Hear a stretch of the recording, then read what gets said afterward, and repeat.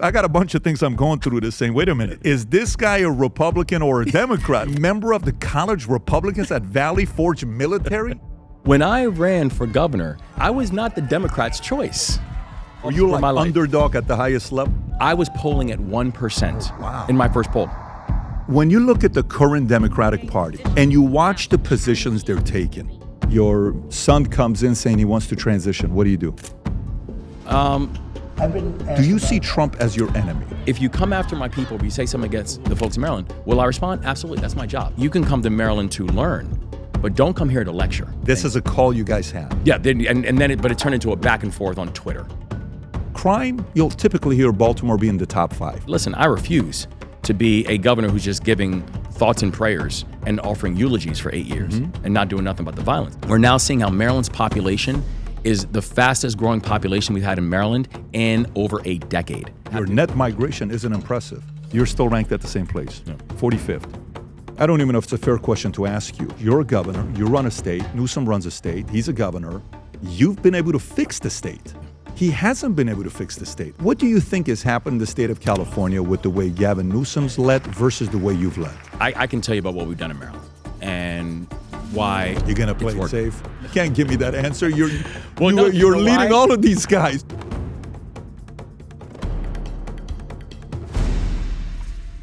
Governor Wes Moore in the house. We're doing this.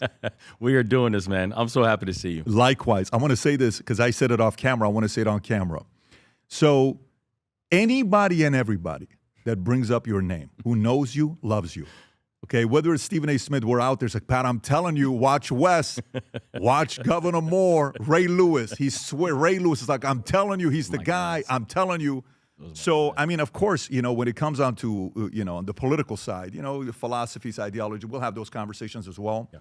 But for me, seeing guys that come up with one of the best stories out there, one fun fact that you may not know this, we're born 3 days apart. Get out of here. You're 3 days older than me. You're October 15, 78. I'm October 18. You look so much younger than me. No, stop it.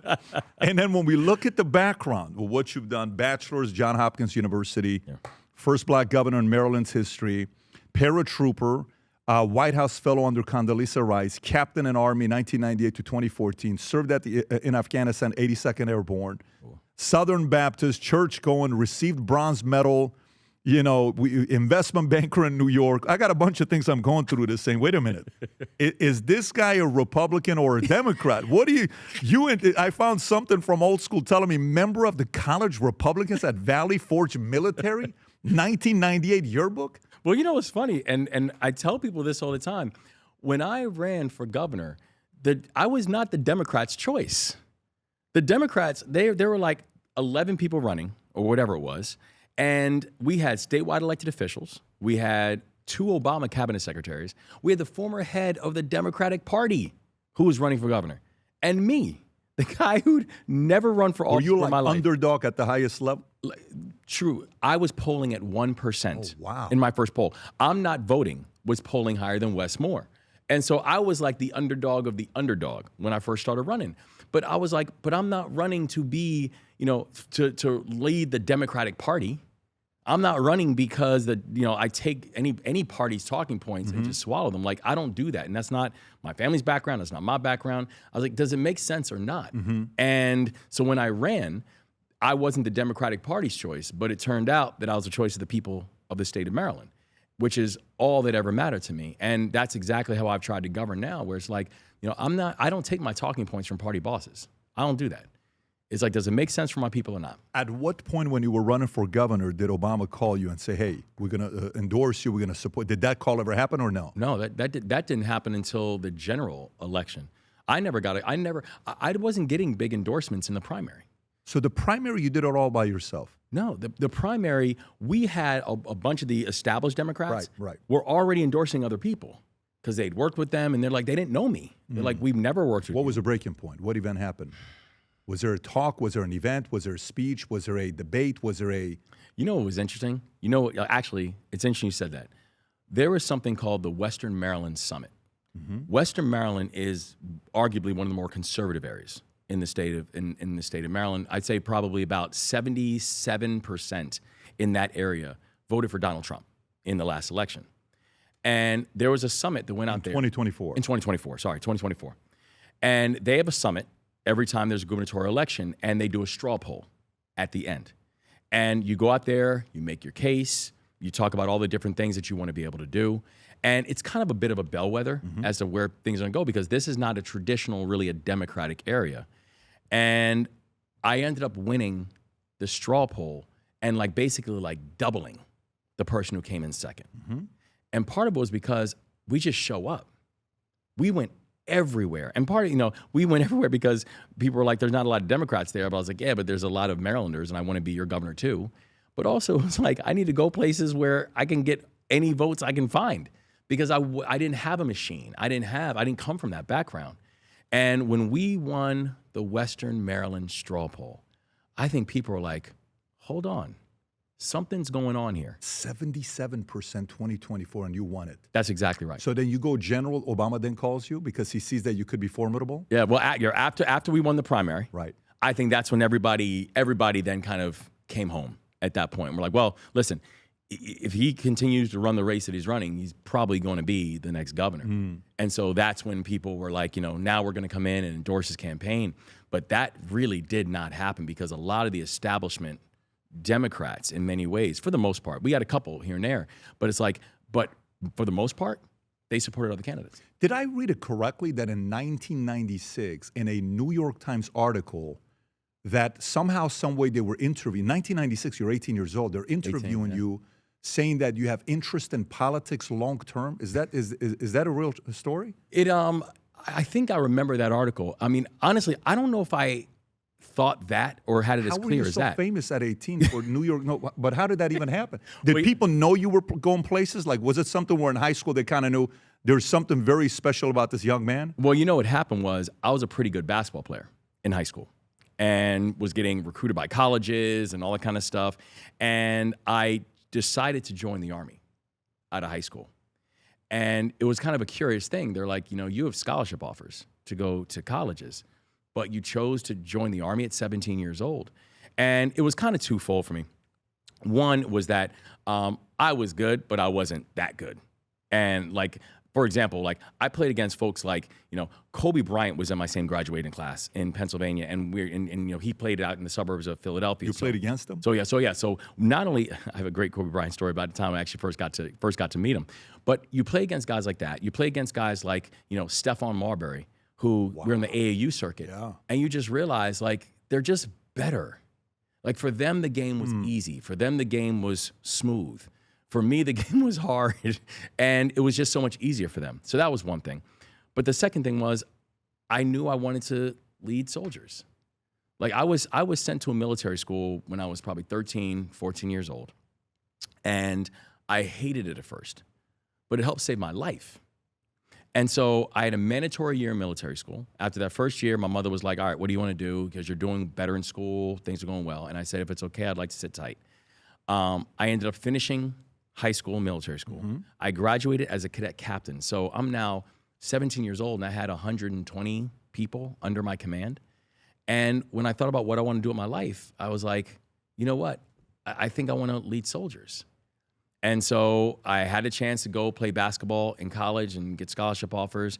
But I said, actually what I really like to do is I want to join the Army. And that was, I think, the reason the New York Times and them found it to be such an interesting story, because it's just not usually what a recruited high school basketball player does. But that is such a great story. To say at 18 years old, New York Times does a story, you're being quoted in it.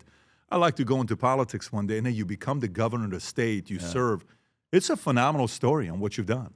It's on Calshi, you're at 1.9%. So if you were at 1% governor, I'm already doing better. That's right. You're already doing better. So God is good, man. A lot of people you talk to behind closed doors. God is good. They say Wes is an event away from being a leading candidate. I don't know what that means. He's an event away. An event away.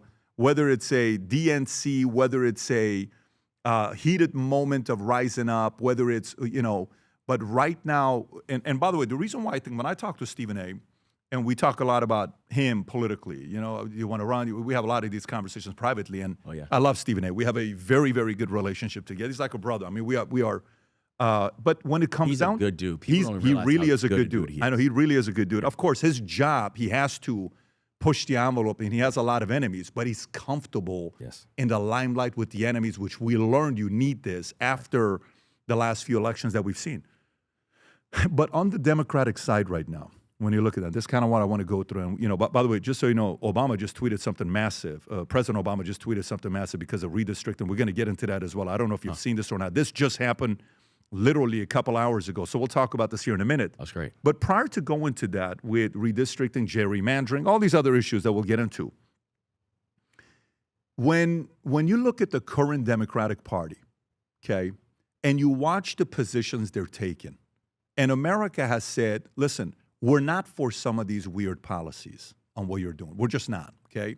You know, men competing in women's sports. That just doesn't make any sense to the average person who is independent, because to win, you need the independent and the libertarian voters, right? And maybe some of the disgruntled Republican voters. You need them to kind of flip a little bit, but you need the independent. Yes, you'll get the Democrats if you say trans and all this stuff. I also believe on the Democratic Party, there's a couple percent that they're not game with some of the stuff that's happening. So open-ended to you. Yeah. We see right now the gubernatorial race taking place in California.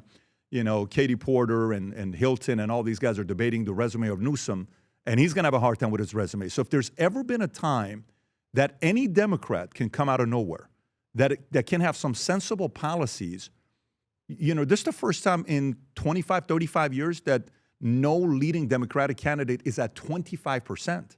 And according to CNN polls, this hasn't happened for 35 years.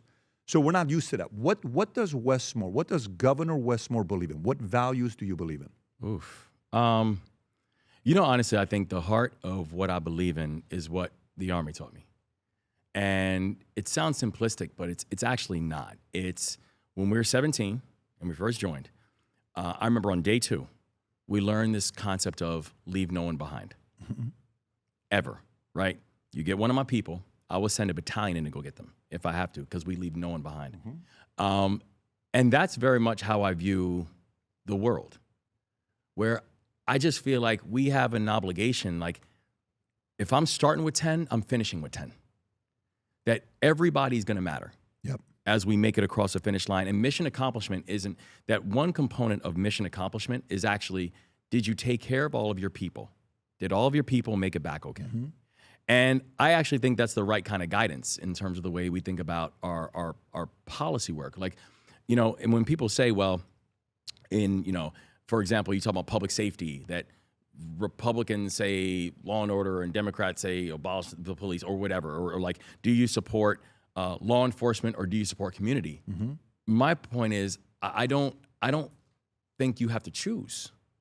And so, like, for example, what did we do in Maryland? Where we had a crisis of violence in Maryland when I first became the governor, where Baltimore City in 2022 was averaging almost a homicide a day. And I said, listen, I refuse to be a governor who's just giving thoughts and prayers and offering eulogies for 8 years and not doing nothing about the violence. So we made historic investments in local law enforcement. We made historic investments in technology and analytics and stopping crime before it happened. We made Maryland one of the only states in the country that helps to fund the U.S. attorney out of balance sheet. So if someone commits a violent crime with a firearm, not only am I going to have you in handcuffs in 24 hours, chances are we're going to work to make your case and take it federal, right? And we invested in community violence interruption. And we work with the mayor and the state's attorney. And the results have been that now Maryland has amongst the fastest drops in violent crime anywhere in the United States of America since I've been the governor. The last time the homicide rate was this low in Baltimore City, I wasn't born yet. We're literally talking statewide, nearly a 50% drop in violent crime. But it's because... Lowest in 50 years. Lowest in 50 years. Right. But it's because I'm not choosing, y'all. This is not an ideology for me. This is not a political game to me. It's leave no one behind. And if you really believe in that philosophy, you will do anything to make sure that your people are good. I think those two are very important. Leave nobody behind. You know, the whole defund the police was very weird. That campaign that happened early on, everybody was confused, saying, "What are you talking about?" Even Democrats are like, "I don't know if I believe in this or not." So, to give you credit, top 10 richest states per capita is Maryland, ranks top 5 in education nationally, lowest homicide in 50 years. Strong access to portals, rail, East Coast trade, Port of Baltimore, major U.S. logistics, average home price, $200,000, which means people can still afford to get something there. Crime-wise, Maryland and property crime, you're 8. Maryland as a state is now 15. Yeah. It's not a top 5. It's not a top 10. It's number 15. You've done a great job improving it. But let's go with it. Let's go to the next issue. Issues with Trump. Do you see Trump as your enemy? Do you see Trump as the boogeyman? Do you see Trump as, because right now you watch everybody campaigning. As long as they get up and say Trump's a horrible human being, he's a criminal, he's a this, he's a that, I'm going to get the Democratic ticket. How do you view your relationship with Trump and Trump as an individual? So I don't view any of these people as my enemy. You know what I mean? Like I never ran for office because I wanted to have fights with the president of the United States. Like that's so silly to me, because every time I'm spending time on that, I'm not spending time on my people. I'm not spending time on making sure they're good. Now, are there certain policies that I just vehemently disagree with that the president is doing? 100%. Such as? I mean, did I disagree with? Yeah. Oh, I mean, for example, what happened last year around food and SNAP and the attempt to cut SNAP for our kids, I just think that is abhorrent, because these are children who relied on this. And so, like, for example, what we did in our state, we actually have a fund called the Fiscal Responsibility Fund, which is primarily made of capital gains tax, that we actually pulled about $63 million from that, because I was like, I'm not going to let my children go hungry because Washington, D.C. was having a food fight.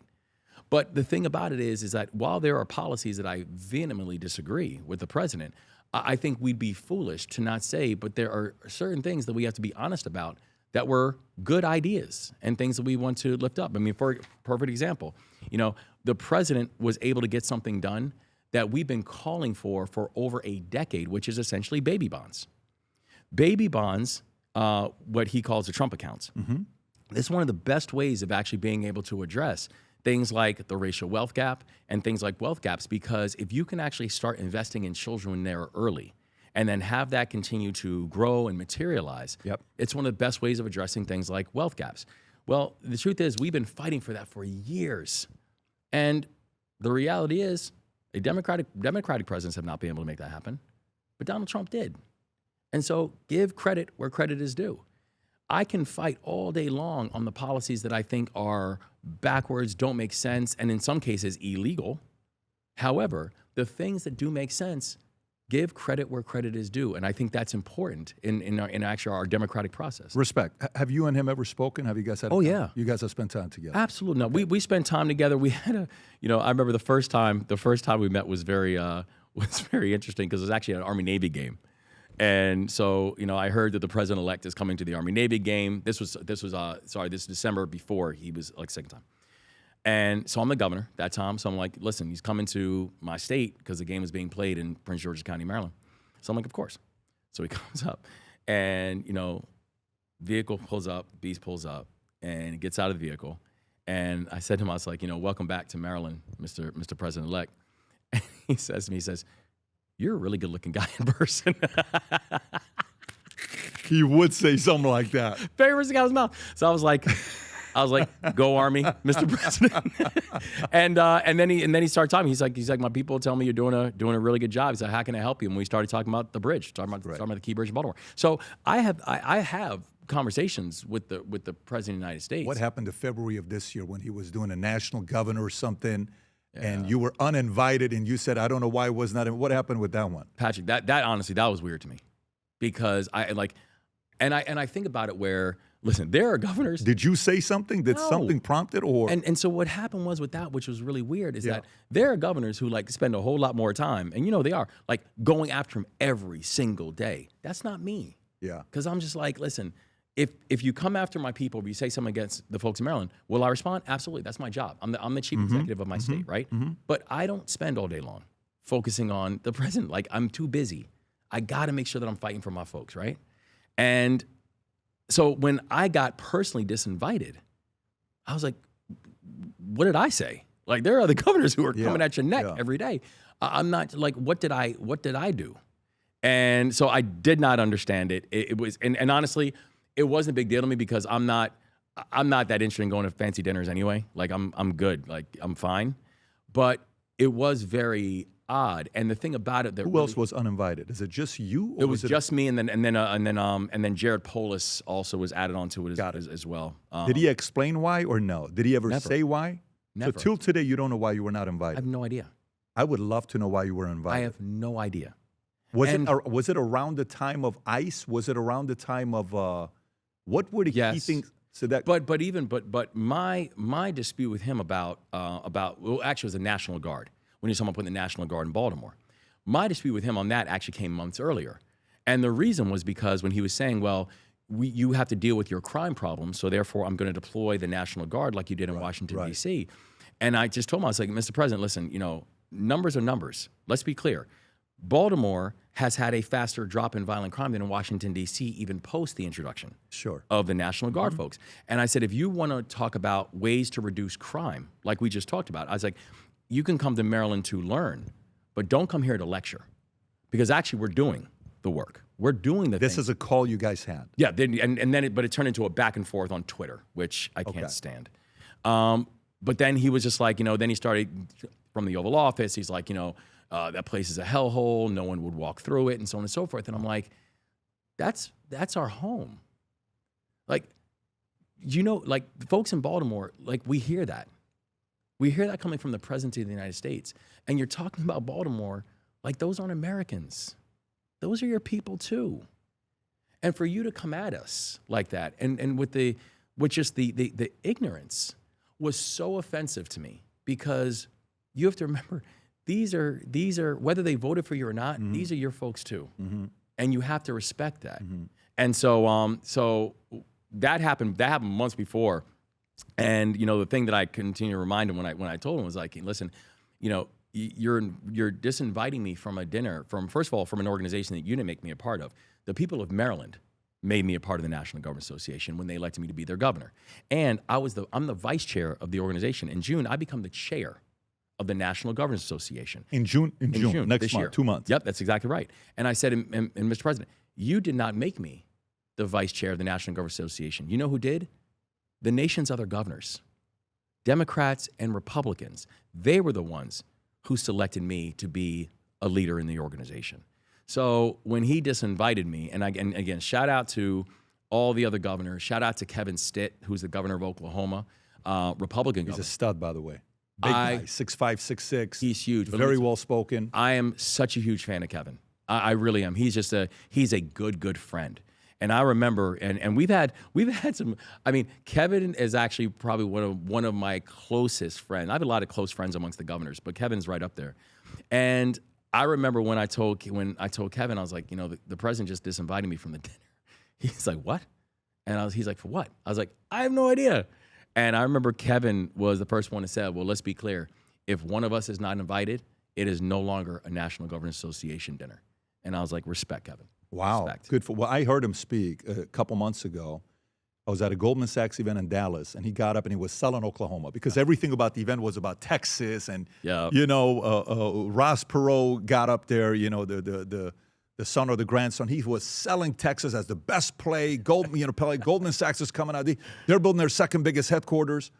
And then he gets up there and says, look, I know this is the Texas event, but let me tell you what we're doing in Oklahoma. I kind of like the way he handled himself. But, Trump every once in a while will do things like that, and you don't know what the reasonings are. At that time, I think it could have been a little bit with the ICE agents. And by the way, he's about to call a nice agent, so I don't know. You saw that whole thing about him approving it being a nice agent. But let me get back to this. So question with SNAP. Yeah. Fair on what you're saying with SNAP. I have two questions on SNAP. One, are you for SNAP not being given to many of these illegal immigrants and folks who are taking it at percentages higher, where that money needs to be going to Americans for people that need it, rather than for people that are coming to take advantage of the system? Yeah, and honestly, that's the way the system is structured now, right? Is that abuse is there, though? Well, but then abuse is one thing, right? And abuse, if anyone is breaking the law, then of course you need to be accountable for being able to break the law. But what we're talking about, and the way the system is structured right now, is that it's a joint responsibility between the federal government and our states to be able to provide supplemental nutrition for our kids. And honestly, it's a better thing for all of us, because I don't want my kids going to school hungry.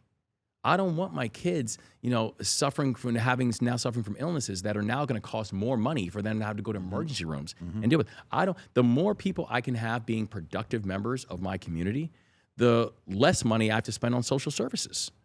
And so I actually think this is actually a good investment to be able to do these things. And if the president is going to adjust it, my point is this, then have a conversation with the nation's governors who are your partners inside of this work. But you cannot just unilaterally decide that you're going to adjust it and, again, violate the law to do it and then expect for us to just come up with it. That's not the way a partnership is supposed to work.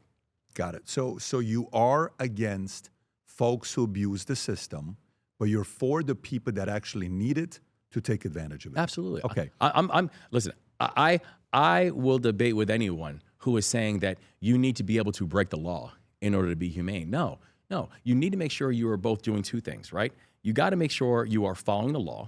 You got to make sure you are following the Constitution. And you can make sure that you're also being humane with the people in your jurisdictions. And I don't think you have to choose between those two things. Okay, so the baby bonds idea, great. With what he's doing, you're supportive of it. Yep. Walk me through one of the issues that was just an absolute, it caused so many people to become independent, and that is men competing in women's sports, okay? Transgenders.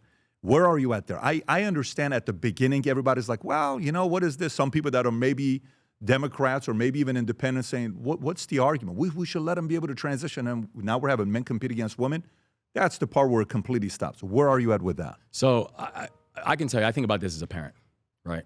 And I think about this as someone with a 12-year-old son, 14-year-old daughter. I want them to get from sports the same thing that I got from sports, where it gave me a chance to be a part of a team.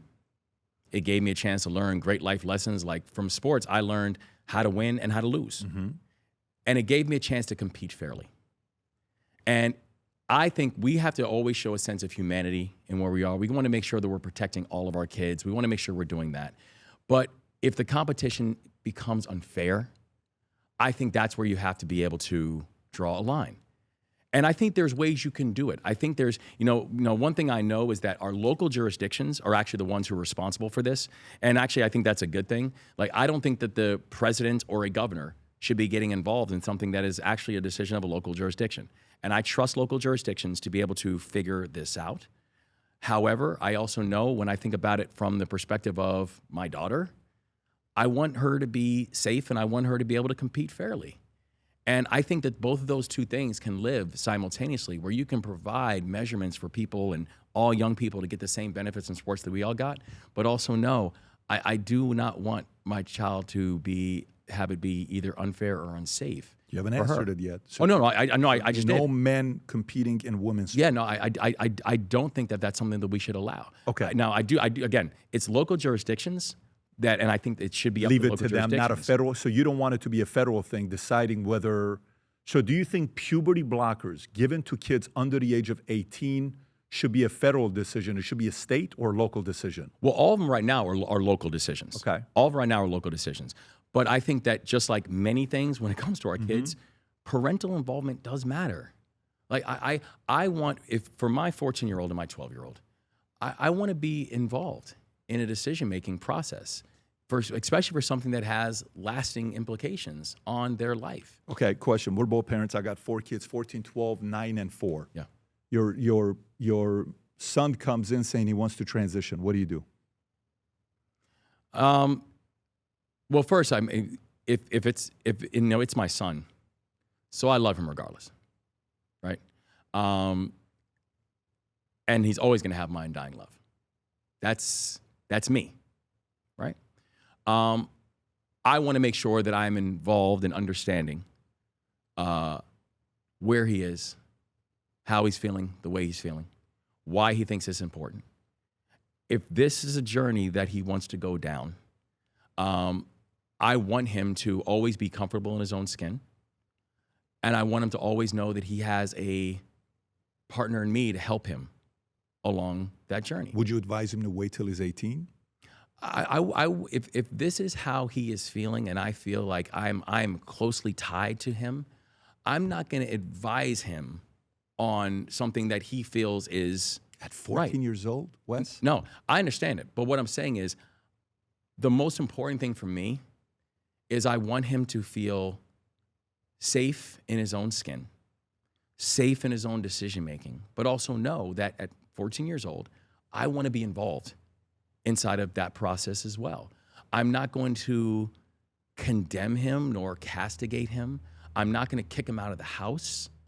I'm not going to do anything that's going to hurt him. Yeah. So but I just want to make sure that I'm involved. I fully believe, by the way, just my crew came in here, okay? And I was coming from the other building. I came on this side. They said, Pat, I got to tell you something. What's that? I like him a lot. That's all they're telling me. I freaking like this guy a lot. Right there, he's looking, waving, going like this. I got, look at these guys.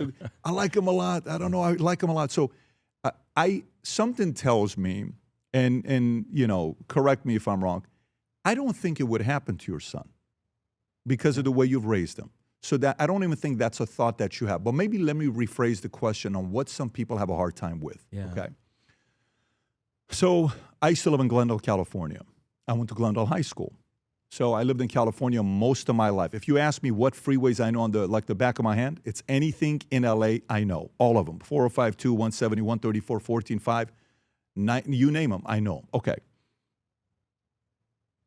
If all of a sudden you've raised your kids in a certain way, and say you put them in a Christian private school till 5th grade, your son has never brought anything up. In 5th grade, your wife gets fired. And you were relying on that $72,000 a year income that she had. She hasn't found a job to replace that income. You guys talk and you say, babe, I think we got to do public school. You put your kids in public school, and all of a sudden you notice 6 months, 12 months later, your son is behaving in a weird way. And then he has support with a teacher. They build a relationship. And then you find out that the teacher, maybe as part of the LGBTQ community, is encouraging your son, who's never, since he was in 5th grade, ever brought this up. Now, because of a couple friends and a teacher, he is thinking about taking puberty blockers to go through the transition. As a parent, how informed would you like to be when that teacher is talking to your kid and is persuading them? And what position would you have to say, wait a minute, I've never seen any signs like this. Why are you going through it right now? Would you then say, son, if you do want to get on puberty blockers and transition under the age of 18, I'll support you? Or would you say, no, we got to kind of get to the bottom of this? Well, first, I don't care whether we're talking about puberty blockers or whether we're talking about what type of math you're learning. I want to be involved. You know what I mean? Like, I'm an involved parent. My wife is an involved parent. And I just think it's very important for parents to be involved in everything that happens with their child. And that's why I think that anything that happens in a school should be a joint process between the teachers and the parents, always, and no matter what. So parents should know what's happening. Teachers can't keep a secret away from parents and not informing them what conversations they're having. I think parents have to be involved. I know, but I'm saying there's a lot of parents that maybe don't have the luxuries that you and I have, who don't make the money that maybe we make. And you know, you've done well for yourself. You're taking care of your finances over the years. You were in the military. You give me the vibe of somebody that's made good decisions. You were an investment banker. You've done well for yourself. Yeah. But some of the people that don't have that luxury, you know, here's what I think is going to happen. The reason why I'm asking this question, when I talk to Stephen A's like, nope, full stop. I got a daughter. Men, no, not going to happen. Yeah. I think 2028 election is going to be the most free agency election. And I actually think whatever Kalshi's got you right now is not the right number. I think if anybody's a betting man right now and is willing to put a little bit on Kalshi to say, hey, who I think has a potential of doing something that could have a plus minus, I would support, if you got, like you go to Kentucky Derby, I like to go to Kentucky Derby a lot, and you'll have 3 horses on the final race. If you want to vote and support somebody on the Democratic ticket, I think I would put you as a long shot, because I don't think it's a long shot. I really don't. I really believe in your abilities to go through this next phase. Charming, likable, military background. You flirted with being a Republican back in the days. Condoleezza Rice. Maybe you were a Republican back in the days, and whether you want to talk about that or not, the market kind of sees that you were, so it's out there, so it's good for that district you were talking about, 77%. But I do believe if you want the independent votes and that position is a little bit vanilla, I think it'll backfire versus it being black and white. Because I do think independents are willing to support a guy like you, but that's an area that just loses husband and wives. Mom and dads are like, dude, come on, guys, just give me a real answer. No, but honestly, it is my real answer to say that I think we always have to make sure that parents have involvement in this, that parents have a say in this. These things cannot be decided without any form of, adult, with any form but of adult. But if a parent wants to go through it, and puberty blockers are available, you're saying it's okay for parents to try to give the kids puberty blockers as long as parents approve it. That decision becomes on the parents. Listen, I think that it's not a choice that I would make. It's not a choice that you would make. Okay. It's not a choice that I would make. I think that it is a very personal decision between these families, and honestly,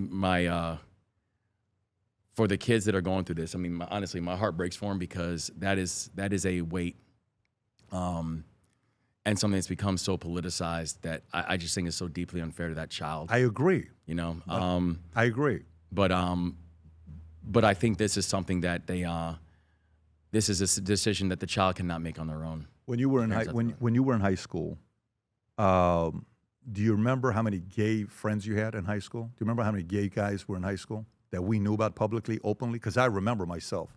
I was in a school with 4,000 kids. It's a good question. It's interesting. I don't say their names. I don't want you to say. No, Larry Jackson was a, No, just saying. but it's interesting. Yeah. When I went to military school, because I got sent to military school when I was young, that was an offense that could get you kicked out of school. I remember that. So, because remember, Don't Ask, Don't that was pre when I first went. I think Don't Ask, Don't Tell was passed a few years after I started military school. No, in fact, yes, Don't Ask, Don't Tell was, I think, year 2 of my military school. So actually, that was a dismissible offense before. So, I actually didn't really get to know other people who were like openly, other teenagers who were openly gay until probably when I was like 15, 16 years old. And that wasn't people who I went to school with. That wasn't even the people you went to school with? No. Was it a big school you went to? Was it a smaller school? I think there were about 900 cadets. Okay. In my school. Got it. So I actually remember a couple guys in the military that were gay. One of the guy was and ended up marrying a girl and had 2 kids. But I'm like, hey, I remember, he DM'd me on Facebook 15 years ago. Hey, you won't believe it. I'm married with 2 kids. I'm like, no shit. All right, great. Good for you. But we laughed about it because it was good conversation. He was actually a good soldier. Yeah. But in high school, Wes, if I say 3, that's a big number. Yeah. And it was like nobody cared. But one of the concerns, and I'll move on. I don't want to stay on this story for too long. One of the concerns is that the percentage, Bill Maher talked about this. Do you have the chart, Rob, where it shows, all of a sudden generations? You and I are from a different generation. So for me, I sympathize with this generation because I wonder how much more exposure they're getting, that some of the kids that maybe are having a hard time getting a boyfriend or a girlfriend, they're like, maybe I'm not, maybe I'm this, maybe I'm that, and they're kind of going through a direction. And then that kind of leads to a complete different thing. If I was an enemy who hates America, say there's an enemy who hates America, and we know when we look at our current stats right now, our birth rate in America is 1.58, lowest we've had in God knows how many years, ever. That's right. That's right. So we need to be at 2.1. Yep. Now we're at 1.58. If the LGBTQ community increases, birth rate goes down. So now we are introducing all these birth controls in there. Then we have the LGBTQ. Then we have, making life expensive. Then you have affordability. Then you have, some of the programming that's happening with the kids. I mean, this is generation. If you think about a silent generation, only 0.8% is gay. Baby boomer 2.6, Gen X 4.2, millennials 10.5, Gen Z 20.8, and then next generation 41.6. I mean, so this part becomes where parents, serious parents, are saying, I feel there's people that are Democrats who will never vote Republican, but they're sitting there saying, I'm considering going to the other side because they're pro-choice, but they're not for this. And so a part of it becomes they're going through it because maybe kids are being pushed to think in a certain way, and I think it's unfair to the kids. Poland had a guy here whose name is Dominik Tarczynski. And he said something to me in Poland. Lowest rape in all of EU, lowest unemployment, okay? They're doing great with economy. And out of all the stats you look at, if in school, if you do sexual education to minors in school, you go to prison. Poland, they leave that to parents. They're like, hey, Wes, Patrick, it's your job to teach your kids on sexual orientation, not teachers. If I leave it to the teachers to teach me, they're imposing maybe some of their opinions that's not factual. So I kind of have some thoughts there where I'm like, that's an interesting idea to have that. But anyways, before we close, I'll give you the final thoughts on this. Yeah, no, and this is why I think everything about education, to include all this, it cannot happen in the absence of parents. It just can't. Like, parents have to be involved in what's happening inside of classrooms. Now, especially when it comes to things like the LGBTQ community, I also believe that, that we're not talking about something that for our friends, this is a choice. I'll give you an example where, I actually got involved in the don't ask, don't tell lifting. And it wasn't because it was a personal issue for me, but it was because I found out that one of my good friends was exited from the military because he had the audacity of telling something that was his truth. And I remember him talking about kind of the impact it had on his family and all this kind of stuff. And he said something that was really important to me, where he said, do you think I would choose to have my family discard me? He was one of the best leaders that I'd known in the military, and still a dear, dear friend. He was the kind of leader that I would put my children under his command because he's that good, right? But the Army was at that point telling him that, but you know what? Because you're gay, we don't have a place for you. Well, you're 99, 98? No, this was, God, when was this? This must have been like 2000. Okay. 2010 or something like that, I think. Or by the way, they got rid of Don't Ask, Don't Tell in 2011, if I'm not mistaken. It's 2011, right? 2011, yeah. So that's when it must have been. Because I got very involved. I was working with a group called Iraq Afghanistan Veterans of America, who were doing a lot of work on this issue. The reason that I say that is because I don't think that this is something that people are choosing to go. I think that if this is... I think a percentage, I agree. I think a percentage, I fully agree. Yeah. And but I also think a bigger percentage, I don't agree. Because, so I grew up in a single-family home. Parents got a divorce to each other twice. I hung out with kids from Burbank 13, from TVR. I don't know if Toonerville was a gang in L.A.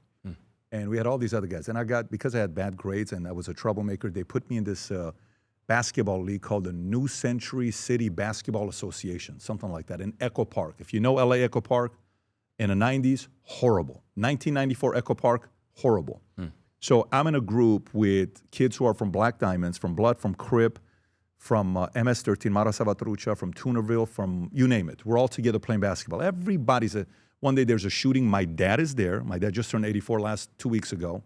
He's there. An old friend of mine, Adrian, if he sees this, he'll crack up because we were hiding in the bathroom because they're shooting everywhere. And the helicopter comes, a couple guys. The guy that was the best scorer was with Bloods. He got arrested, went to prison. So guess what? What happened to me? I was never a gangster. I wasn't a kid in Iran that was going to be a gangster, a tough guy.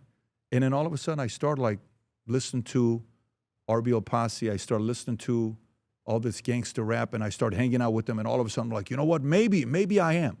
And that influence, if I don't join the Army, my life goes a very different direction. So to me, I do agree with you, and I'm not a scientist to sit here and say what happens with the chromosomes and all this. I'm not playing that card because that's not my space. But I do believe a bigger percentage of it is a pattern of kids who get confused that go through it. I don't think this will be the topic of discussion for election 2028, meaning, whether you're born, whether you're not. I don't think that's the issue. I think the issue will be puberty blockers, transgender. I think men and women's sports, I think that's going to be there. And I think the Democratic candidate, you will be on the stage when you're debating, if that day comes, and they're going to ask that question. And how that's answered will be very interesting to see whether you're going to get the independent voters or not, because I think you're going to need the independent voters. My opinion. Look what Trump did. Trump knew he needed the independent voters. When they asked him about LGBTQ, what did he say? That's all. We've already had that discussion. I don't even need to answer this. Just moved on. So a Republican took that position, and he moved on, and it helped him. I think on the Democratic side, you're going to want the reasonable parents to support you, and it's going to be, look, I don't want any boys competing in women's sports. My opinion. Let me get to the next one. In regards to other things with the bridge in Baltimore, in Maryland, because I don't think people give you enough credit. I think you've done a very good job improving that market. You know, if anybody gives credit for lowest crime, when I've been to Baltimore, I used to go to Gibson Island. There's a place called Gibson Island, real nice place, beautiful place. And I'm a baseball guy, so look, I mean, Baltimore's a baseball city. It sure is. I'm a football guy. You know, one of my good friends, Mehran Asadi, who is a CEO of one of the biggest insurance companies in America, #1 in Index Universal Life. He lives in Baltimore. He's been a season ticket holder, I don't know, 25 years. And he's there. So good people come out of this place. When the bridge happened, and we all saw the video, okay? Everybody saw the video, what happened to it, and it got hit and all this stuff. The debris took 38 days, right? I think 28 or 38 days to clean up. I don't know the exact number. It's something 8. It's either damage, okay, let me see the exact things. I want to say it correctly. It took 78 days to remove the debris, okay? And then it's a 1.6 mile steel truss bridge. A lot of people say, well, how did DeSantis fix the bridge? That's 3 miles. It's a very different bridge. So people can't make that comparison. It's apples and oranges. I'm putting that, and I'm a DeSantis guy. So I'm not pinning you against him. I don't want to say that. It's very different. But then the numbers came out that you said you want speed. You want to get it done quick, right? Then the budget came out to $5.2 billion. I want to say somewhere around there, and saying it'll take till 2030. To your critics that say, Governor Moore, why can't we get this thing done faster? What do you say to them? So I'd say that when they said it was going to take 11 months to clear the channel, we got it cleared in 11 weeks. When they said it was going to take years to get permitting done, we got it done in months. When they said it was going to take literally 5 to 7 years to get a 7% design build, we got it done in 14 months. This is the fastest moving major project inside of the country. And people forget that initial bridge, the Francis Scott Key Bridge was initially built, nearly a 2-mile long bridge. That from design, permitting, implementation took 12 years, right? We're talking about now getting this thing done within literally less than half of the time. And the bridge that we're gonna have to build is gonna have to be a bridge, according to federal guidelines, a bridge that has more safety implementations, because what happened that morning on March 26th can never happen again. This is a ship the size of 3 football fields that slammed into a nearly 2-mile long bridge and took it down instantaneously. This is a engineering marvel, what happened. And you see here where literally the bridge is sitting on top of a ship, right? We knew, and the thing that I was focused on is, I want speed, I want safety, and I want cost savings.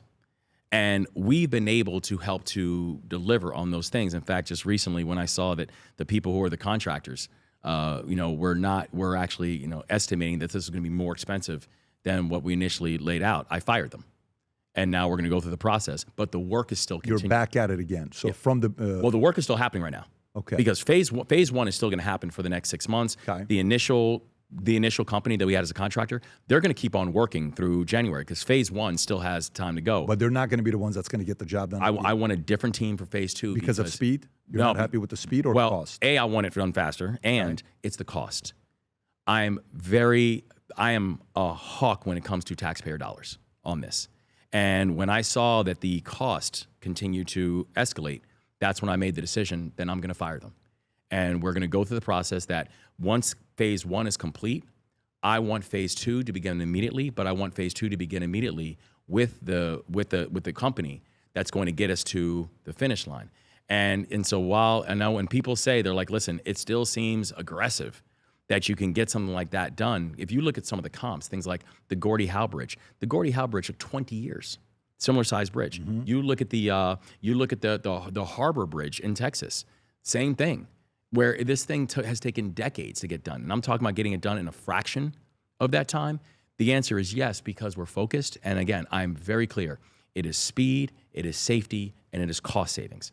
Those are the three things that I want to be able to focus on to make sure we can get this bridge done. So is it going to be above $5.2 billion?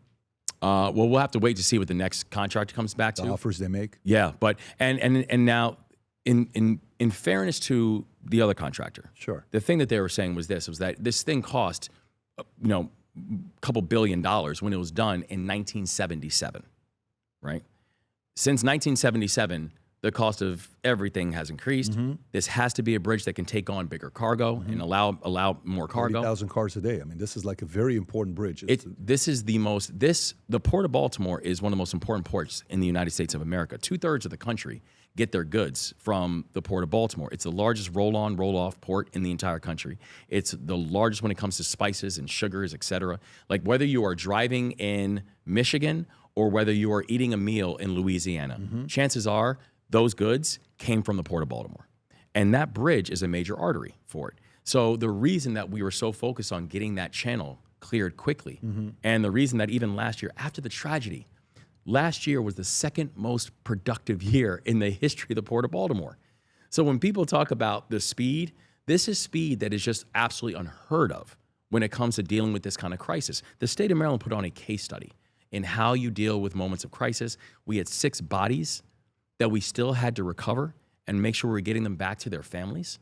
So I'm really proud of how the state moved, but also the state knows I am very clear. It is speed, safety, and cost saving. Let me ask you this. Have you had a conversation with the president about this? Absolutely. Okay. We've and Secretary Duffy as well, who's actually been a very good partner. He's very good. He's a class act himself. Him and his wife are phenomenal. Yeah.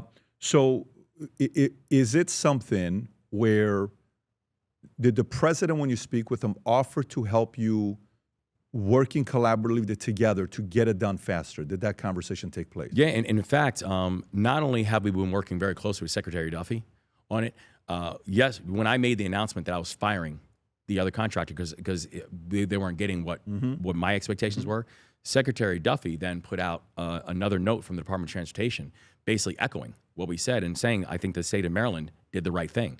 So this was something that it was both for not just the state, but also the federal government came back and piggybacked and said this was the right thing. In the past, when this has happened, because this has probably happened, not many times, but it's happened in the past before, what role does the federal government play to help accelerate? Because this is not just a regular bridge. This is a very important bridge. It is. What role has the federal government played? So for this bridge, the federal government, and also I got to give credit to Congress, and both Democrats and Republicans in Congress, because they voted for the 100% cost share. And so what a 100% cost share is, it's essentially bridge financing. It's essentially saying, listen, we know that this is going in litigation, and we know then when the litigation is settled, because even Lloyd's of London has indicated this is probably going to be the most expensive maritime tragedy in our nation's history. But what they know is, I can't wait for that to be complete. So what the federal government is saying is that, listen, we're going to help to support it, but essentially we are going to do bridge financing. Once everything is settled, that money then comes back to the Treasury. But then the federal government on not just this project, but the federal government, when it comes to most projects that take place around the country, they serve as the main underwriter, because whether you're talking about roads or bridges or tunnels, no state has the resources to be able to take care of all infrastructure in your state alone. That support comes from Congress. That support comes from Washington. And so this, like other projects in the last round, came from Washington, where they said, we are going to support because we think this project is important enough to be able to serve as an underwriter. Okay, fair enough, and the best of luck to you guys. This story that came out, I think today, Maryland drops construction company for Baltimore's Key Bridge as federal partner seeks to lower costs. Maryland will start looking for new construction companies, working together with the government. So more power to you, working with Secretary Sean Duffy. He seems like a stud of a guy, and best of luck to you guys. He has been a very, very. See, that's the part about. He's been a good partner. Let me tell you what. This is the part that's important about you, on how you are. That you're willing to work with anybody. Your relationship with Oklahoma governor. You're now Duffy. The conversations giving credit to what the president's doing with the baby. All this stuff is very important. This is why people like you as much as they do, because the next level of leadership is we need that, because today the biggest thing is, like, even California. I don't know. I'm sure you're following it closely because there's only 50 of you, and I believe you're the only African American governor we have right now, and only the third in American history. And the only one ever in Maryland. Only one ever in Maryland. Yeah, so it's not like it's an easy feat to do. So you're one of very few in the history of America that we have, right? Yeah. When it comes on to homelessness, okay, crime, you'll typically hear Baltimore be in the top 5. At one point, it was 1, 2, 3, 5. Now, some people even say 6, 7, maybe. It's dropping, right? It's dropping. Homelessness in California, this next phase, if you choose to go through it on the national stage as a president, Newsom's going to be one of your opponents if you choose to go on the national stage. And Katie Porter was asked, what grade do you give Gavin Newsom on the way he's handled homelessness? Because, he was given $24 billion. Taxpayers gave it to him. $85,000 per homeless person. I think the math's been done. And she was asked, what would you give, Newsom on homelessness? And she said, I'm a tough teacher, but I would give him a B, right? I would give him a B. I don't know how you would answer this. I don't even know if it's a fair question to ask you. But, on the national stage, you're a governor, you run a state, Newsom runs a state, he's a governor. You've been able to fix the state. Yeah. He hasn't been able to fix the state. A lot of people say California is worse than it was the day he got elected, the 5th year, today. He lost $1 trillion of wealth. During COVID, he just lost another $1 trillion, mishandling the wealth tax, and we just saw the story. They got the 1.55 million votes to be able to put it on the ballot, so most likely it's going to pass. Who's not going to vote? There's only 100 and something, 200 billionaires in the state of California. Of course, the rest are going to say, this is just to punish the 200 people. Tax the hell out of them. Let's do the tax 5%. What do you think has happened in the state of California with the way Gavin Newsom's led versus the way you've led? Well, honestly, I can tell you about what we've done in Maryland and why you're going to play it safe? Well, no, and honestly, this is not a play it safe because I have not spent time digging into. You're about to be the vice chair. You're going to be the chair to go. You can't give me that answer. You're leading all of these guys, so you got. And you know why? Why? Because I think we follow best practices, and I think we've got some really interesting best practices that I think Maryland can share with other people, and some things that we've learned from other states. And I can tell you about some of those things. How would you have? Okay, so let me ask the question a different way. You were given $24 billion to fix homelessness in the state of Maryland. What would you have done? Well, I can tell you what we did to help fix homelessness without $24 billion. Please, even better. The first thing that you got to do, you have to focus on the acute problem and making sure that housing has to become an issue. You have to make sure that people are not becoming homeless in the first place, which deals with the issue of housing insecurity, which means that we need to build more housing. Right? We have to build more affordable options and affordable housing for people.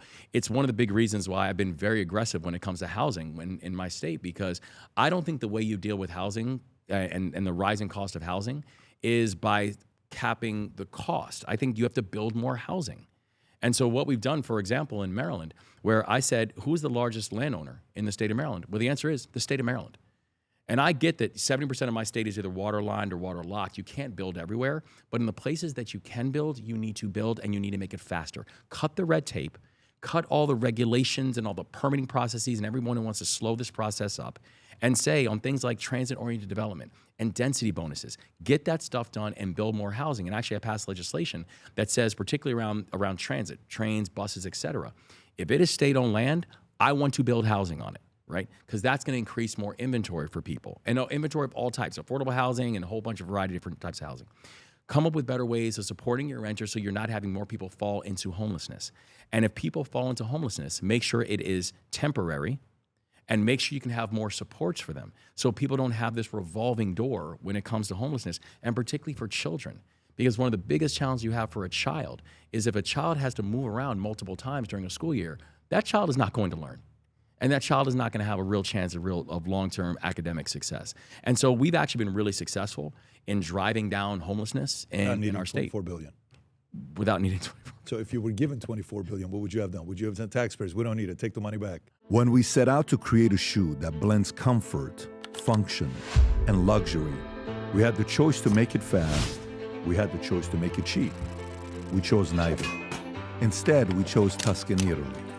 We chose true Italian craftsmanship, each pair touched by 50 skilled hands. We chose patience, spending 2 years perfecting every detail, and we chose the finest quality at every step. Introducing the Future Looks Bright collection. Not rushed, not disposable, not ordinary. Rather, intentional, luxurious, timeless.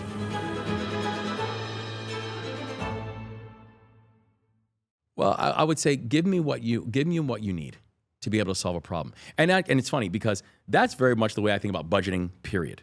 Like I don't, and it's the same way when I think about taxes, right? I think there are people who think about taxes like it's an ideology, right? Taxes are not an ideology. They're a tactic. What do you need in order to get done?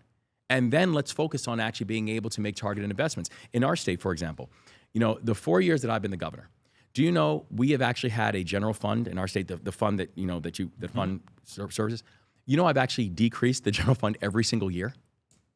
First time this has happened in decades where the Maryland governor for 4 straight years has actually decreased the size of the budget. Because I said, tell me what works and fund that. Tell me what doesn't work. Every year you lowered it? Every single year I've been the governor. Look it up. Dude, that's...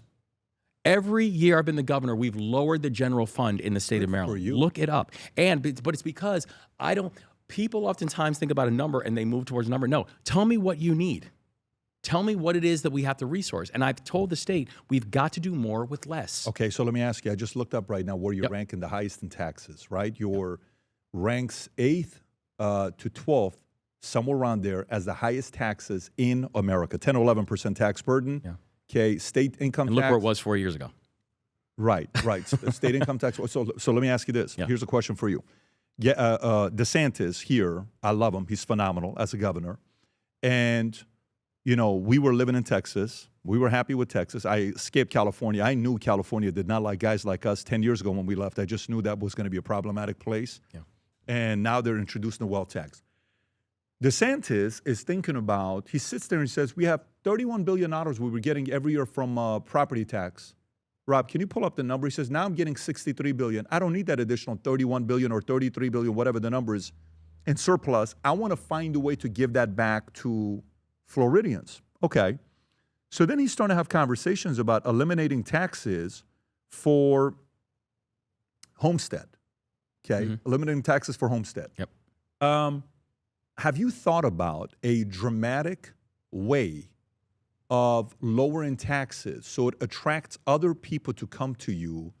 Because right now, if you think about where business owners are leaving, a lot of people are leaving in New York because of what Mamdani is doing, what Hochul is doing. Ken Griffin is just having a meeting with her right now. I think today or yesterday the meeting was taking place saying, what are you guys talking about? Just targeting me. California is losing business owners because, taxes and where they're at.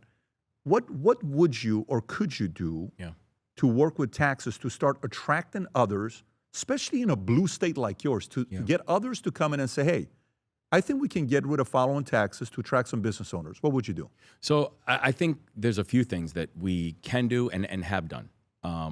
One is you do need to make it a more tax-friendly environment for your businesses.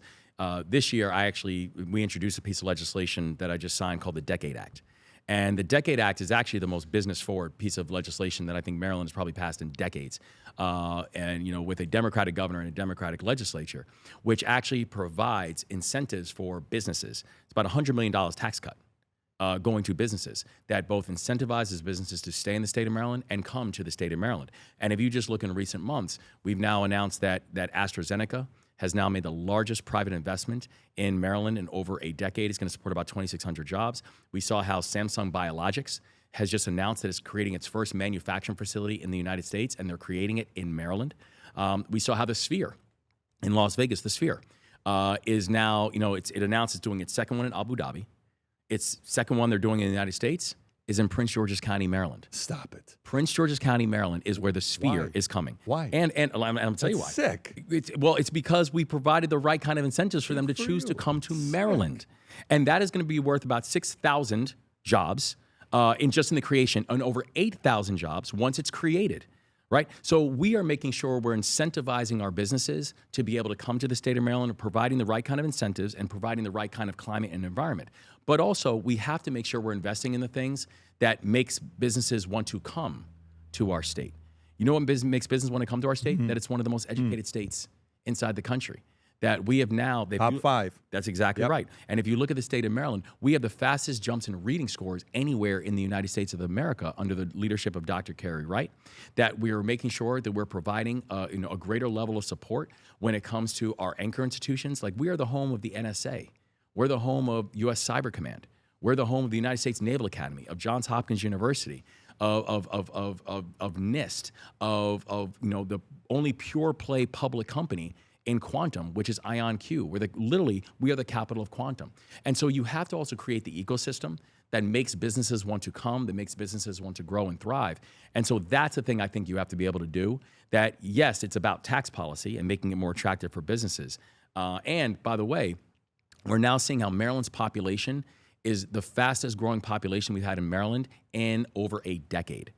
And so you both have net migration isn't impressive. Well, agreed. But if you look at the population growth that we've had over the past decade, net migration has actually been a challenge in Maryland that we've had for a very long period of time. But we're now actually starting to see a population growth. Yeah, so 2010 to 23, a net loss of 300,000 residents, 2.3 million leaving and 2 million moving in. So that's net 300,000. Yeah. Can you pull up by state, Rob? By state, I wonder where Maryland ranks, because to me, 100 million is good. But I think you have a bigger opportunity. You know what would be a very I agree with you, by the way. You know what would be a very creative story? When you're governor till what year? What's the till 2030. So I'm up for re-election. I'm up for re-election this November. You're up for re-election this November. Okay.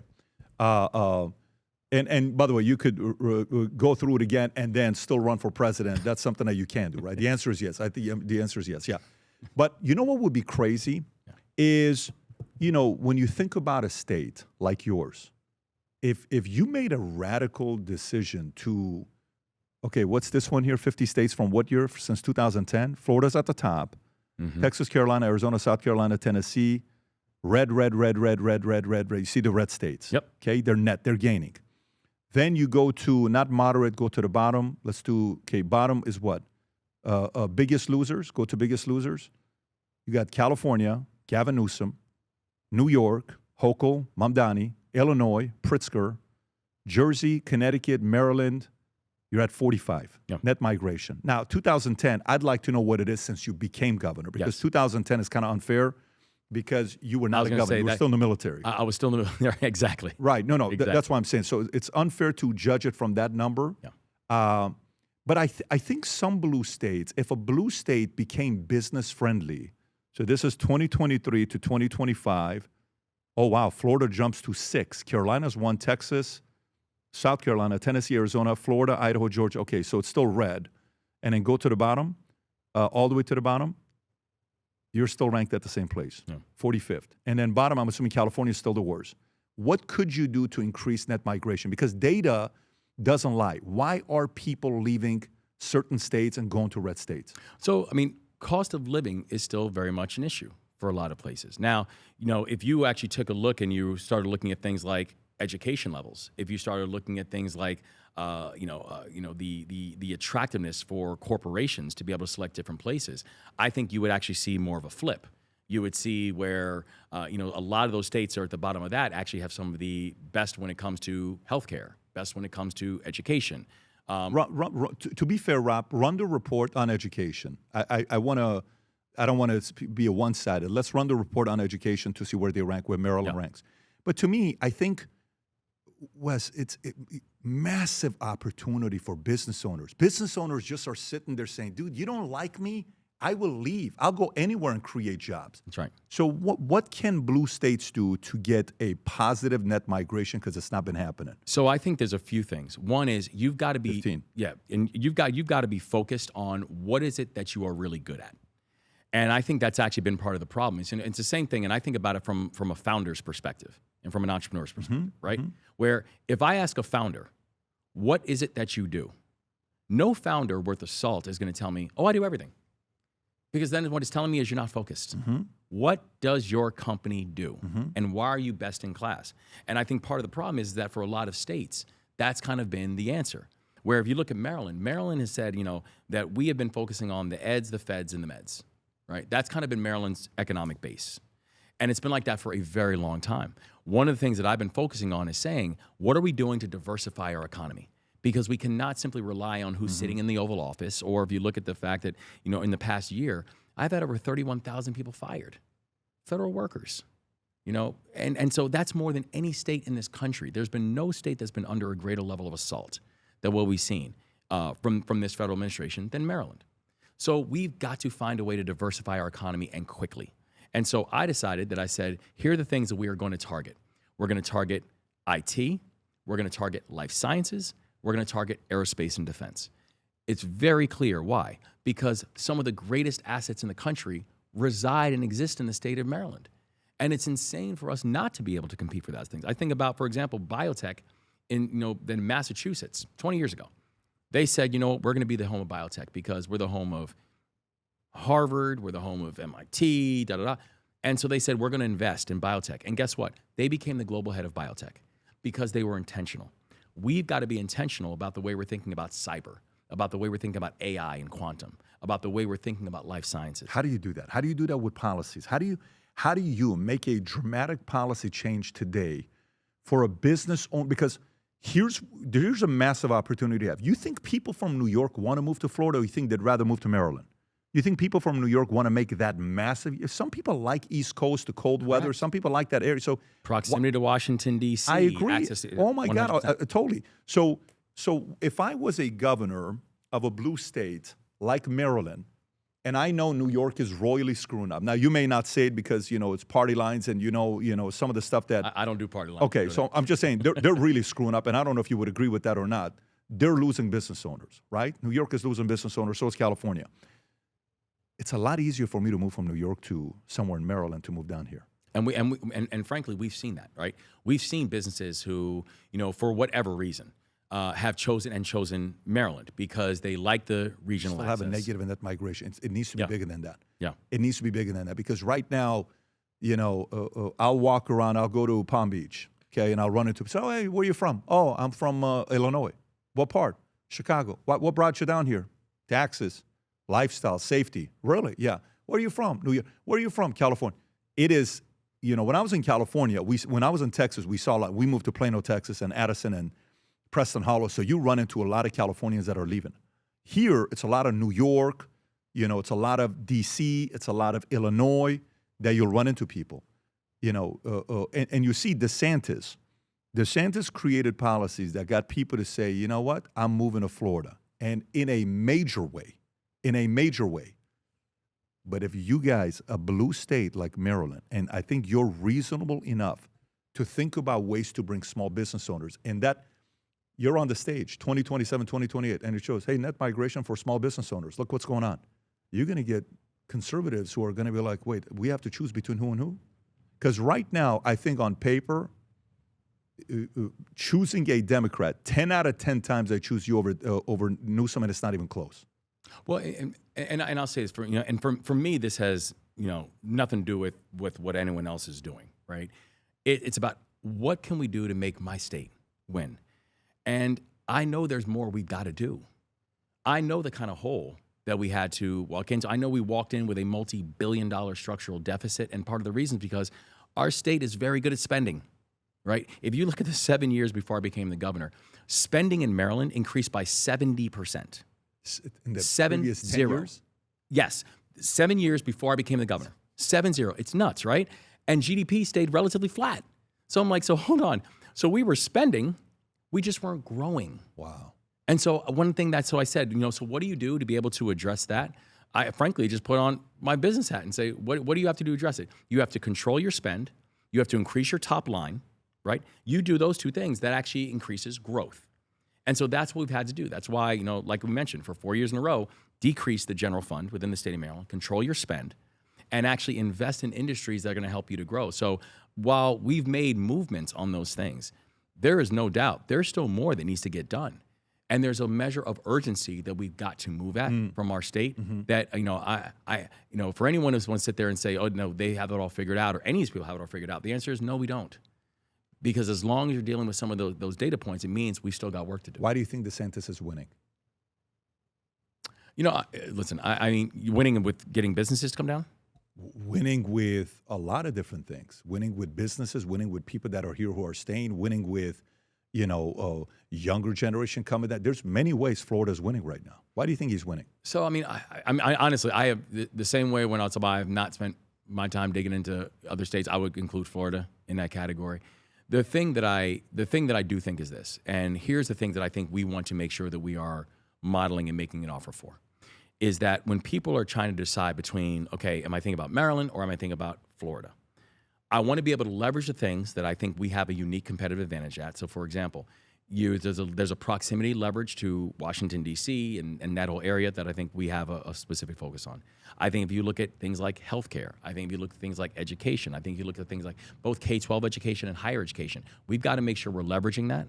But also, we have to make the business community feel like they are not just welcomed, but supported in that. And that Florida's can't just winning be the taxes. business community. Yeah. So if you take the business community, Florida's winning in business community nationwide. The only one that maybe you can make an argument for is Texas. Texas, yeah. Why do you think they're winning? Why do you think Texas and Florida win in the business community? Well, I think it cannot just simply be, and the answer is not just simply, well, it's just tax policy. Because I know think that's one of them. I don't think it's the only. I think thing. I do think it's one of them. I think it's one of them. But I think you've also got to be able to compete and win in other areas. So listen, is Maryland or any of these other places, are we ever going to say this is going to beat Texas on tax policy? No, right? And I don't think that's actually even a realistic expectation.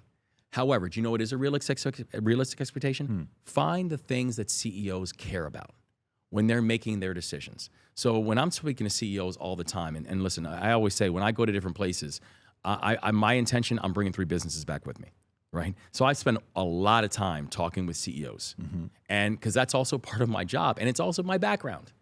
And so when I'm talking and saying, like, what are the things that you're most interested in and you're focused on? And they'll talk about tax climate, but in many ways, tax climate for a lot of these states, it's the same when I was doing banking. And I'm really thankful for the time that I had to do banking. But you realize that whether it was Goldman or Morgan Stanley or Citi offering something, we're talking bips of difference on a deal. A company didn't choose to go to Goldman or Morgan Stanley because one was offering a better deal, because generally all the deals were in the similar type of bandwidth in terms of the offering. That is a very small difference. Right. Here it's massive. Yes. Wes, I'll give you an idea. I had my business in the state of California, and I started hearing Californians whispering about clawback taxes. Like, you know how Canada does exit tax? I think it's called exit tax. Clawback taxes. I'm like, clawback taxes? What do you mean? If you leave, but you come back, you have to pay for this. I'm like, wait a minute. I know my business was going to sell. So I started doing the math. Said, okay, if my business sells for $50 million, I'm going to have to pay 13.3% here. What's 13.3%? $6.5 million. Okay, If it sells for $100 million, I'm saving $13.3 million. I sat there. My wife did not want to leave California. She's from Houston, Texas. She does not want to leave. I said, babe, you don't have an option. We're moving to Texas. We moved to Texas in 2016. We moved to Florida 2021. We sold the business June 27th of 2022 for $250 million. Do you know I owned 88% of the company? 13.3% equals what? If I take, let's just do the math right now so we kind of see how this works. Yep. I just want to say how much money was saved, and I'm just giving basic math here, right? If I take 250 times 88%, okay, times 0.133, my kids got an additional $29 million net in my pocket. Why would I stay in California? Why would I stay in some of these states that I have to pay to? So people are starting to sit there and say, why would I do? So at the end of the day, people who are small business, I'm not running OpenAI. I'm not, Sergey Brin worth $265 billion, or Musk who left California, or some of these other places. I'm not Ken Griffin in Illinois. I'm a small business owner that grew it and I sold it for a good amount. Family's got some money. I sat there, I'm like, I'm not paying that $29 million to California. It's a meaningful difference. And that's the thing, right? It's like, and I think part of the thing that we all have to do as chief executives is you have to be able to make an argument to business leaders and small business leaders, large corporations, say, like, what is staying here worth it to you for? right? Let me keep more than my money to make the decision instead of giving it to the federal government or the state. Or the state. But it's also, what are the things that you care about, right? And so part of it is going to be, absolutely, if you taxes, regulation, talent. Yes. Quality of life. Quality of life. Where do I want my kids to be able to grow up? Where do I want them going to schools? Where are they going to feel safe? You have his sense of the historic. Maryland has a sense of historic. Exactly. You have baseball. You have Ravens. You have Ori. You have a lot. But we have to also be able to move with a sense of urgency on economic diversification and attractiveness when it comes to businesses. Listen, since I've been the governor, and I'm very proud of this, since I've been the governor, we have added over 35,000 new businesses to the state of Maryland, either businesses that have grown within Maryland or businesses that we've gone and stolen from other states. So we're happy that we're actually making progress on that front since I've been the governor. And this is despite watching what's happening with our federal workforce, which I talked about. We've added nearly 100,000 new jobs to the state of Maryland.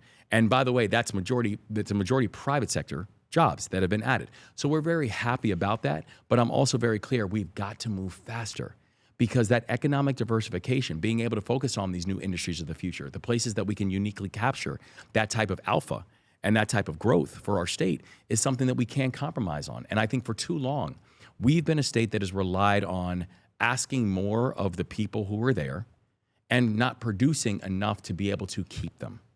And I think if we can change that mindset and change that mentality as we started making move towards, we know we have more work to do.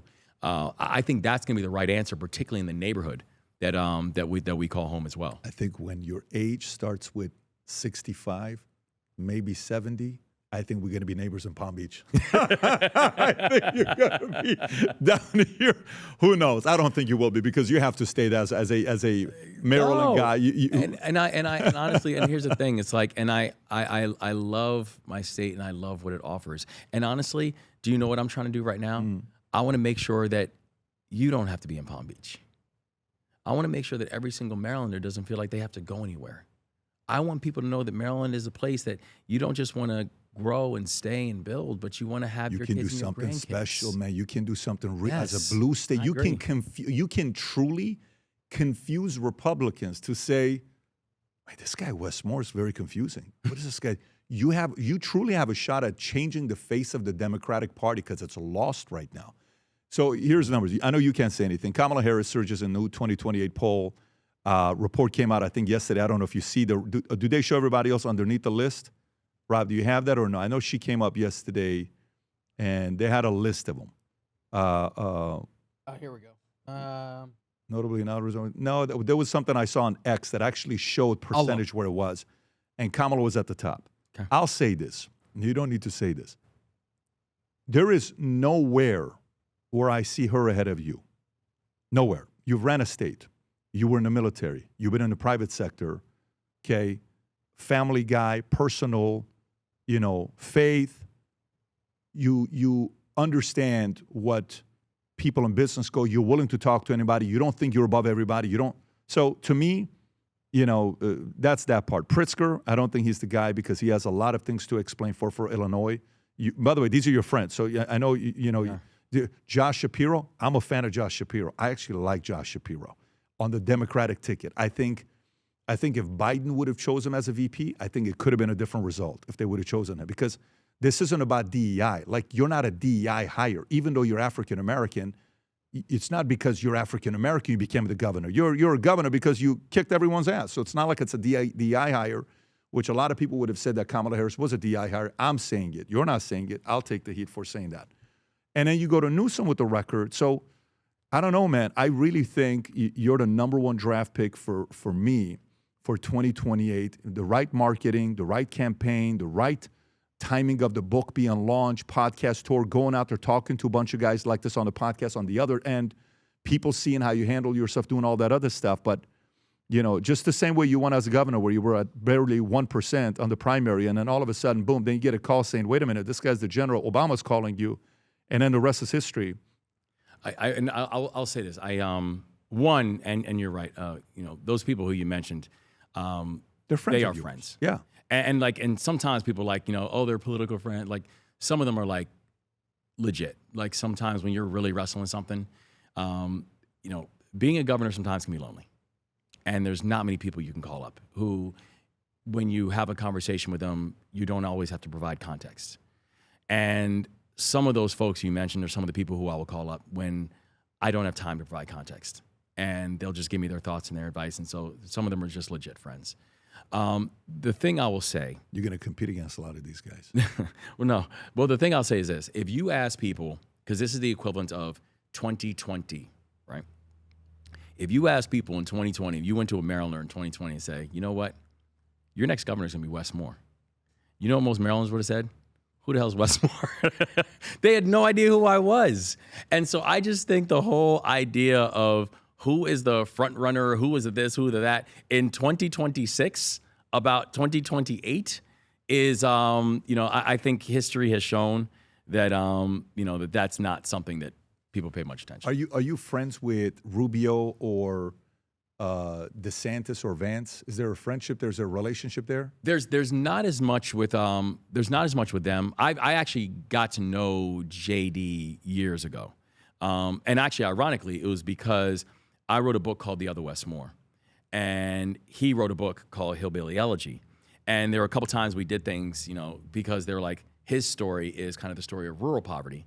And The Other Wes Moore is the story about urban poverty. And so kind of like this... I totally see it. Come back and tracks, right? Totally see it. And he was a military guy. He was all this kind of stuff. And I'm a military guy, even though he was a Marine and I was an Army guy. Army's always better, by the way. It's just I couldn't agree with you more. I mean, Marines, they're fine. But...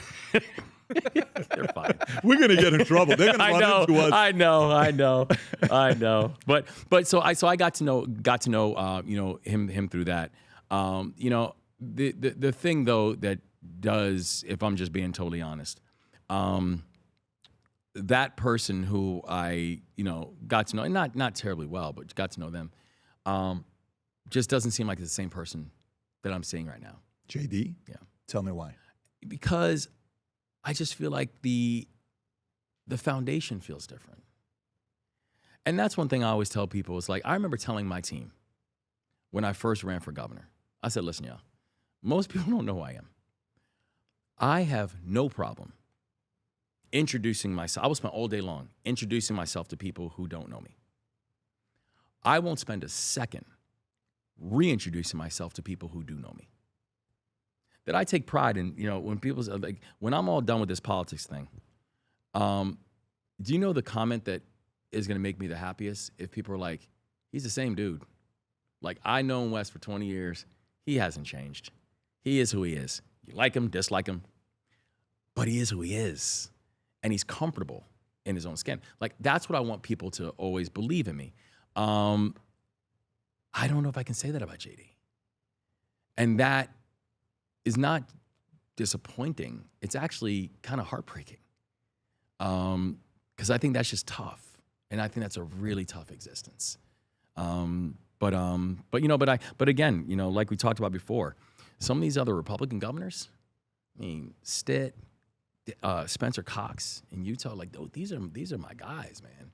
I mean, and people who I just really lean on, laugh with. Do you and DeSantis speak a lot or no? Not often, because he doesn't do a lot with the National. He's a low-key guy. Yeah, he does not do a lot with the National Government Association at all. Which is, and I'm not gonna lie, and I hope he hears me on this. Like, it is a bit disappointing because I think it could add value to him, and I think he could add value to it. And so, especially as I'm taking on his chair of the National Government Association in June, I would love to have Ron more active in the organization. Have you called him? Have you guys? Reached out to him? I haven't reached out to him about this. At all? Like reaching out and talking to him, or just about this specifically? No, just about this specifically. So you guys have spoken? Oh, no, we've spoken. We've met each other. We've spoken. So, yeah, absolutely. No, no issues when you guys speak? No. Mutual respect? No, absolutely. But you know what, though, Ron, he's not a, like, to me, he's such an operator and a doer that he is very much in it. He's you know how you say in the business, on the business? He is so in it, right? Where you going out there shaking hands, talking to people, doing your thing, you're being seen. I think he can probably work on doing that more. And this is my guy. This is a guy that I support in a big way. So especially if he wants to go onto the national scale, you have to be seen with guys on the other side. It can't just be only conservatives.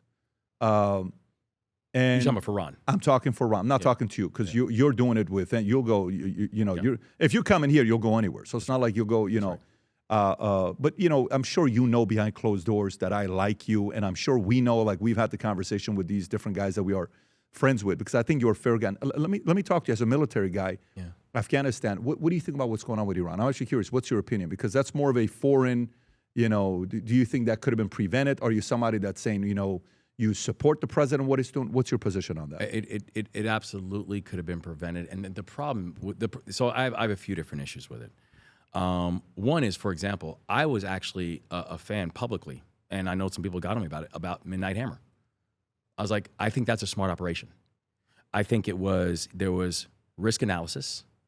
I think there was enough international consensus and coalition about a need to be able to address it. Mm-hmm.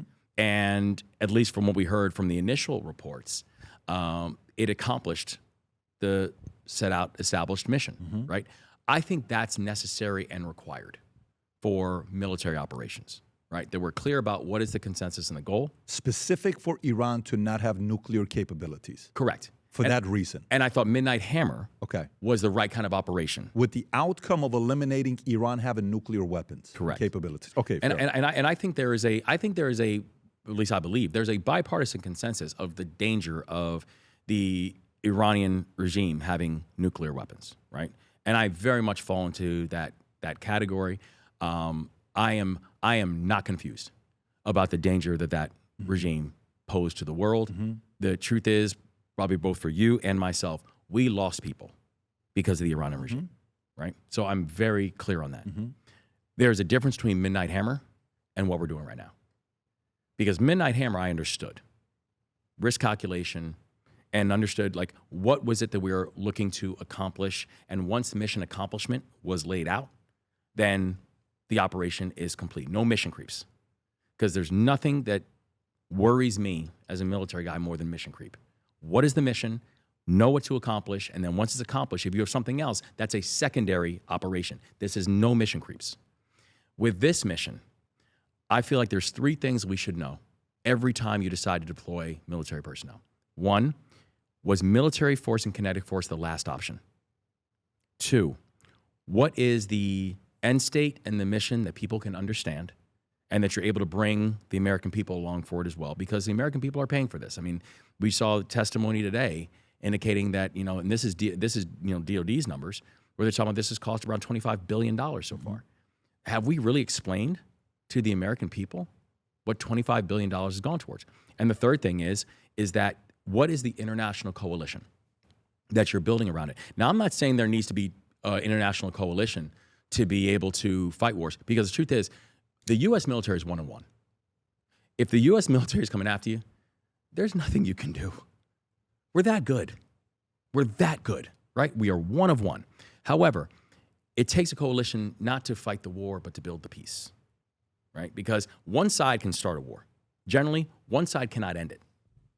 That's where we need to have a sense and a consensus of what this thing is going to look like. You're referencing NATO? Is that a NATO message? No, I think it's past NATO. And first of all, I actually think it starts more with the regional partners, right? Because I think, is NATO going to be important in it? Yeah, but I think NATO also has its hands full in other things. I'm talking about the regional partners. I'm like, are we making sure that we're getting the UAE involved? Are we making sure, what has been the conversations with Pakistan? What has been the conversations with Saudi Arabia? What has been the conversations with Egypt and all the other part of Israel? All these other partners that are going to have to be involved in this. And I feel like when you're thinking about all those three criteria, was kinetic operation the last option? Was there a stated end goal and a stated, real mission accomplishment of what this is going to look like? And did you do the work to be able to build out the inner coalitions? I think the answer in all three of those is no. And that's what makes me so bothered about where we are right now, where I think there is no one who wants this war to end more right now than Donald Trump. He wants this over. But again, one side can start a war. Generally, one side can't end it.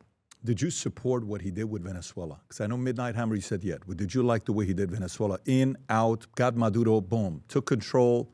You like the way he did Venezuela? I think that that was like a ridiculous operation, the way they did it. It was a ridiculous military operation. Sure. 100%. Yeah. I think the thing that society can't confuse, though, is, again, our military can kind of do anything. While our military can do anything, I don't think our military should do everything. And I would actually put that in the same category, right? Where if you say, listen, the job is to go take out Maduro, and the job is to make sure that you are securing the capital, and the job is to make, our military can do that all day long and twice on Sundays. But what becomes the larger conversation that is then being had about basic measurements of stability, about what does this thing look like in 6 months, in 12 months, and in 18 months? And if the answer is simply that, well, you're still looking at the same type of abuses, and maybe what now we've gotten some more barrels of oil out of it.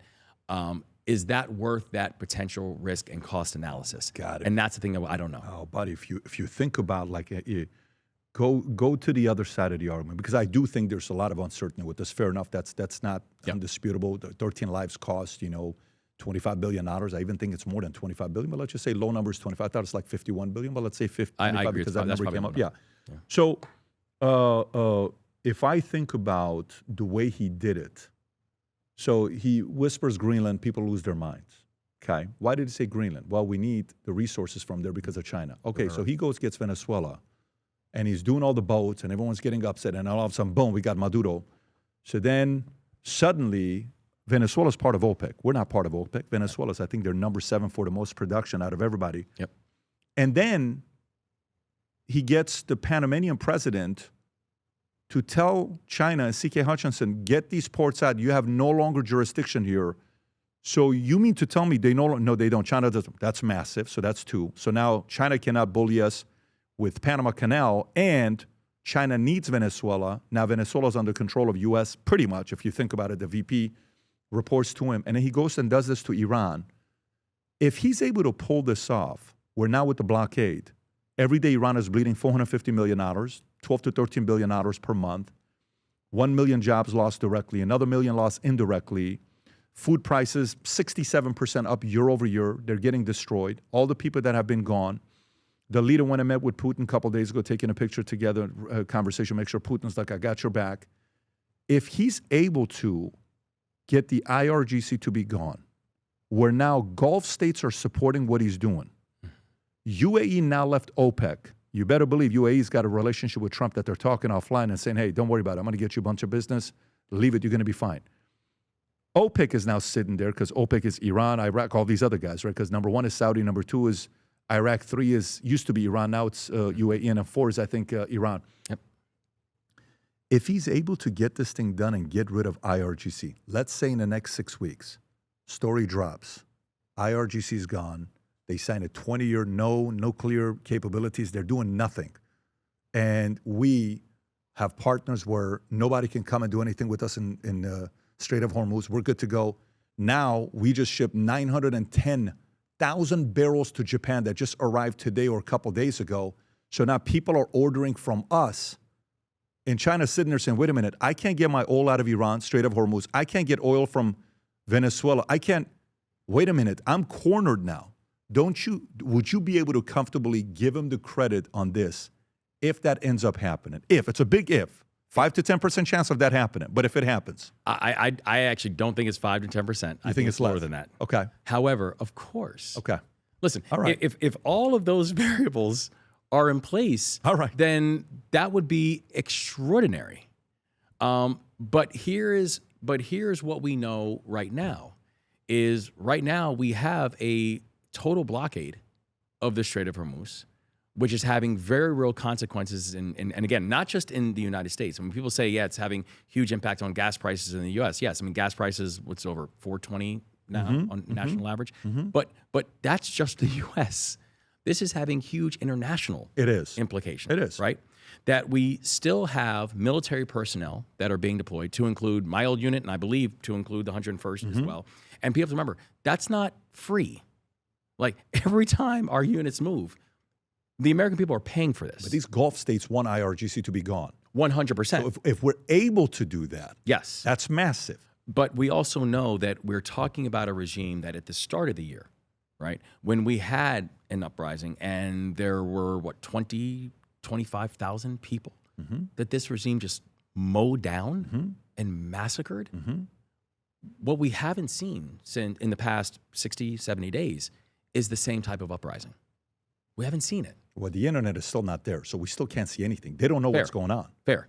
But we haven't seen that same, and you're right, the internet's not there, and I don't know if you believe that energy is happening right now. The uprising internally? Internally, yes. No, they have, the challenge they have with that, which is, to give you credit on the argument, is they thought the military would flip on them and decide to go and say, look, well, I'm not with you, IRGC. Whatever you guys are doing, I'm out. That hasn't happened yet. And the weapons that we try to give the Kurds, they kept it. It never went to the people. Exactly. So that part, exactly.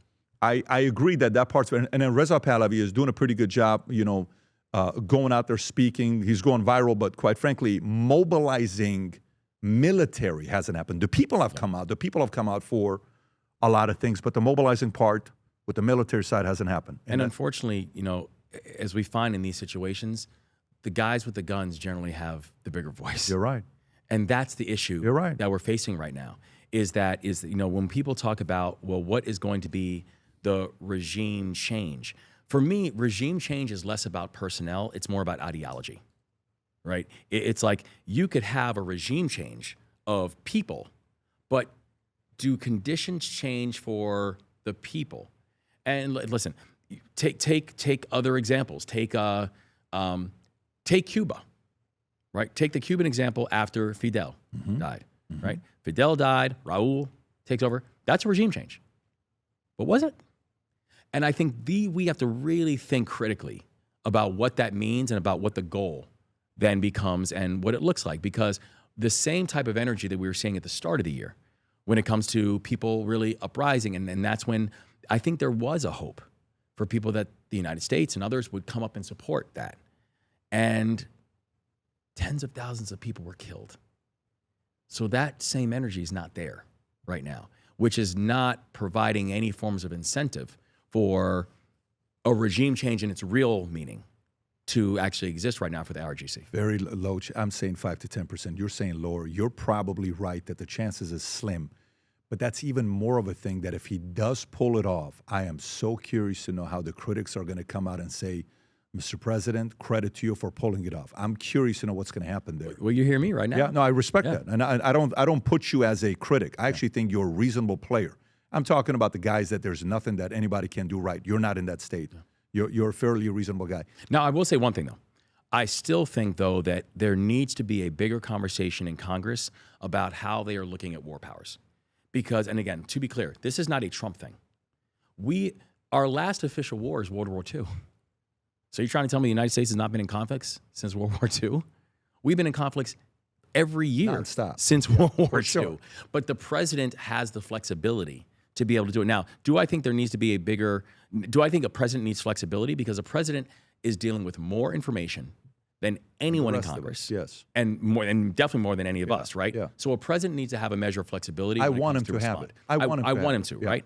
And that's why elections matter. Have consequences, right? Yeah. However, when we're talking about large-scale, long-term conflicts, for there not to be an ability for other bodies to have a say as to what's going on, the fact that we were in Afghanistan for 20 years and never had to go and explain what was happening in Afghanistan. And again, I think about this from a very personal perspective.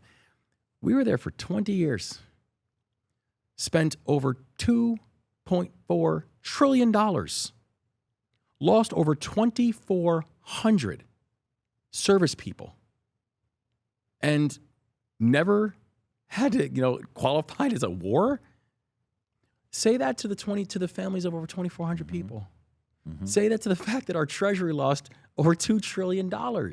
So there has to be a different type of conversation about where does jurisdictional prudence for a commander-in-chief start, and when does authorizing ability for a president of the United States begin?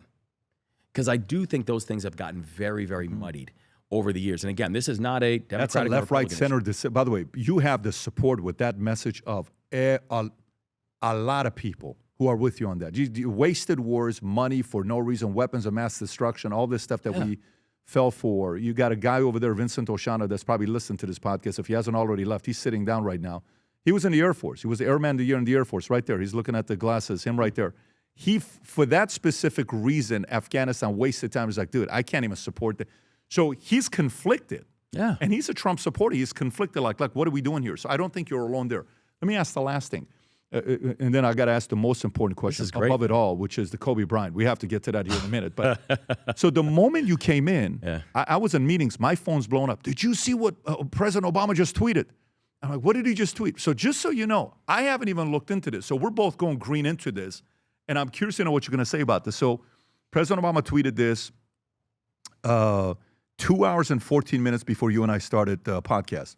Today's Supreme Court decision effectively guts a key pillar of the Voting Rights Act, freeing state legislatures to gerrymander legislative districts to systematically dilute and weaken the voting power of racial minorities so long as they do it under the guise of partisanship rather than explicit racial bias. And it serves as just one more example of how a majority of the current court seems intent on abandoning its vital role in ensuring equal participation in our democracy and protecting the rights of minority groups against minority overreach. The good news is that such setbacks can be overcome, but that will only happen if citizens across the country who cherish our democratic ideals continue to mobilize and vote in record numbers, not just in the upcoming midterms or in high-profile races, but in every election and every level. If you want to go to the story, Rob, so I can read it, and I'll turn it over to you. So New York Times, so Supreme Court weakens a landmark civil rights era law and aids GOP efforts to control the House. If you want to go a little bit lower, Supreme Court on Wednesday hollowed a landmark civil rights era law that increased minority representation in Congress and elsewhere, striking down the majority black congressional district in Louisiana and opening the door for more redistricting across the country that could aid Republicans' effort to control the House. Ruling 6-3, the court's conservative majority found that Louisiana's district represented by Democrat Cleo Fields relied too heavily on race, and Chief Justice John Roberts described the 6th congressional district as a snake that stretches more than 200 miles to link parts of Shreveport, Alexandria, Lafayette, and Baton Rouge. The map is an unconstitutional gerrymander, said Samuel Alito, wrote for 6 conservatives. And if you show the map, Rob, I think there's a breakdown by New York Times. If you want to go to the New York Times article, that if Connor hasn't sent it to you yet, New York Times, what should you put in it? I think the main... while I'm talking to the governor, he sent it to me. It's a New York Times story. I don't know if you have it or not. So is that the one? Okay. While you're doing this, what are your thoughts about this, the story and what Barack Obama just said? So I think what President Obama said is absolutely correct, where it feels very odd that you can say that we are okay with partisan gerrymandering, but no other forms, especially when you consider the fact that over 92% of this country has congressional maps that are not competitive. This country is so gerrymandered. And it's actually embarrassing in the way that it's been gerrymandered. I have long believed that we need national redistricting reform, because this is not okay where we continue to have politicians that are picking their voters instead of voters picking their politicians. We need to have national gerrymandering reform. I also know that what's happening right now and what we are continuing to see and why this is such a heated issue for a lot of people is you think about what's happening right now in just the past year, where these decisions that are being made by the Trump Vance administration on going after these basic democratic frameworks, right? The idea that we should nationalize elections, even though we know that's unconstitutional. Like part of the beauty of the Constitution is there are state rights. We are in control of our elections. Mm-hmm. So we should not be nationalizing elections. The idea that somehow we should get rid of mail-in balloting, which actually we sued, Maryland. I sued the Trump administration on this, and we're going to win in court on this because the president and the federal government does not have the authority to do that. That when the president's talking about things like, well, we should take control of the ballot boxes and we need your voter rolls. Again, unconstitutional. The fact that the president is calling up Florida and Texas and Missouri and North Carolina and saying, you all should do mid-decade redistricting. By the way, everyone else, you can't. But you all should do it. This is blatant, what is happening right now. And what's happening right now is this is an assault on the basic democratic framework and the basic democratic values. And so I think what the president said is not just President Obama. What he said is not just factual, but I think he highlights the bigger concern that a lot of us have about some of these actions that are then taking place. When you look at that decision, the decision around Louisiana and the Supreme Court decision, this was happening because there was just a basic and an intentional and a racialized gerrymandering that was then taking place that was disenfranchising black voters. So they're saying we have to come up with ways of being able to make sure that black voters, after the passage of the Civil Rights Act, would actually be enfranchised and be able to be part of this electoral system. By doing this, by this action, this does represent one of the largest forms of political redlining that we have now seen in generations. And so I am very much for national redistricting reform. I think Congress, on so many different levels, Congress is just completely failing to do its job. This is the most unproductive Congress, not to mention the fact that this Congress has actually been out of work this year more than they've been in work. Lowest approval rating Congress has had in the history. Well, how can you get a high approval rating when you're not at work? Like, the government has been shut down longer than it's been open this year. This Congress is almost laughable, what is happening right now. And I think when you're looking at what's happening with our Congress, they need to be taking up this issue, and they are not. And so we continue now seeing how states are then doing this continual race to a bottom because there's just no type of guidance that we're getting from Congress. Yeah, when you think about gerrymandering, it's three ways, right? Partisan, racial, and bipartisan. Very rarely is there bipartisan gerrymandering, but it happens every once in a while. And so this one's more on the racial side. Can you go back to the New York Times article you pulled up? So meaning if this passes, just to put it out there, this case hands the House to the Republicans. Democrats who hold 24 seats in Louisiana, you mean to tell me that 24 is going to go to 12? Yeah. Republicans gain 12 more seats just in this state, Rob? Does this apply to any other state, or is it just a Louisiana case that they're talking about here? I believe, according to this chart, it says these states. So I think it's Tennessee, North Carolina, South Carolina, Georgia, Florida, Alabama, Mississippi, and Louisiana. So all of those states combined, Florida, Georgia, Alabama, Mississippi, all of them, Democrats hold 24. After this, Republicans get 12 more seats. And if you look at this map, right, if you look at the 24, even that's just a fraction of this map, right? But then you take a look to the right side, look at that. Is that really what we think is fair representation? And this becomes the challenge. And by the way, it's actually not even just about these states. What it's also doing is you're now setting a legal precedent that you're going to now have other states who are then going to try to navigate this. It's the same reason why the Supreme Court earlier proved, because of their ruling, that partisan gerrymandering is allowed, that partisan gerrymandering is legal. So you saw how other states were then moving and using and being completely blatant about the fact that it's like, yep, this is a partisan gerrymander. I want 3 more seats. I want 3 more Republican seats. I want 3 more Democratic seats. And do you know why they were unafraid to say that? Was because of precedent. So now this is adding on a whole new layer of precedent. Yeah, because gerrymandering is what? Once every 10 years. Right. Correct. It's once every 10 years on the census. On the census. And typically, who gets criticized the most? Illinois, I believe, is one of them, right? Can you go to Illinois gerrymandering? Because they have like a monopoly on their House, on their representatives, if I'm not mistaken. The numbers in Illinois, it has to be, what is the number? I think it's honestly like 86% is on the Democratic side in the state of Illinois, 14-3. So 14-3 is what it is with Illinois, if I'm not mistaken. Mm-hmm. Is it? Yeah, 14-3. So Illinois congressional environmental Democrats created a 14-3 to Republicans when they did this in 2021. And so often cited as one of the most aggressive gerrymanderers in the U.S., it packs Republican voters into a few districts, reducing GOP seats from 5 to only 3. Okay, California tried to do it as well. And they're at 43-9. Can you type in same thing, California? I think it's 43-9. If they were able to pass it in California, it would be 48-4, which means California is going to be controlled on the left for God knows how long. I want to say they're right now at 43-9 with the, 43-9. And if they pass it. So, people will say this happens on both sides. It happens on both sides. And if they could do it, they would do it. And by the way, there's groups of people on both sides that are like, I hate gerrymandering. Let's put a stop to it. None of this should be happening. Let go of it. Left, right, center. Just let the people vote the way they're voting. We don't need to be doing this part.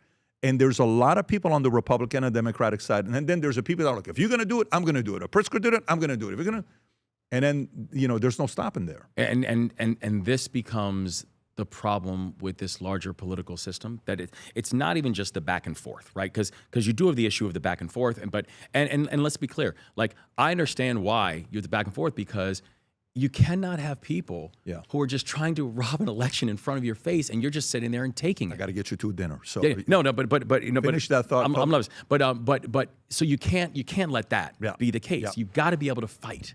You got to be able to fight, particularly when our democracy is on the line.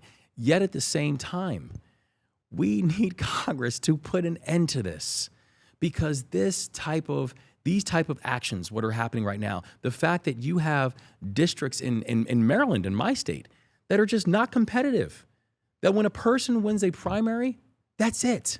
It's over. They're not going to lose in a general. And unfortunately, that's the way it works in the vast majority of these congressional districts all across the country, and even in my state, where the biggest competition you're going to have is a primary. But once you win a primary, you're good. And that includes both Democratic seats in my state, and it includes the Republican seat inside of my state. Because this packing that oftentimes takes place, like, we've got to be better as a country. And I think we need to, but until we can get Congress to do something so basic, just do your job, guys. Until we get that, we end up getting this. This is massive. This is massive for something like this. Listen, Republicans are probably celebrating. This is massive, but this is one of those things where I'm with you, where there's a lot of people that agree with you that this is not okay.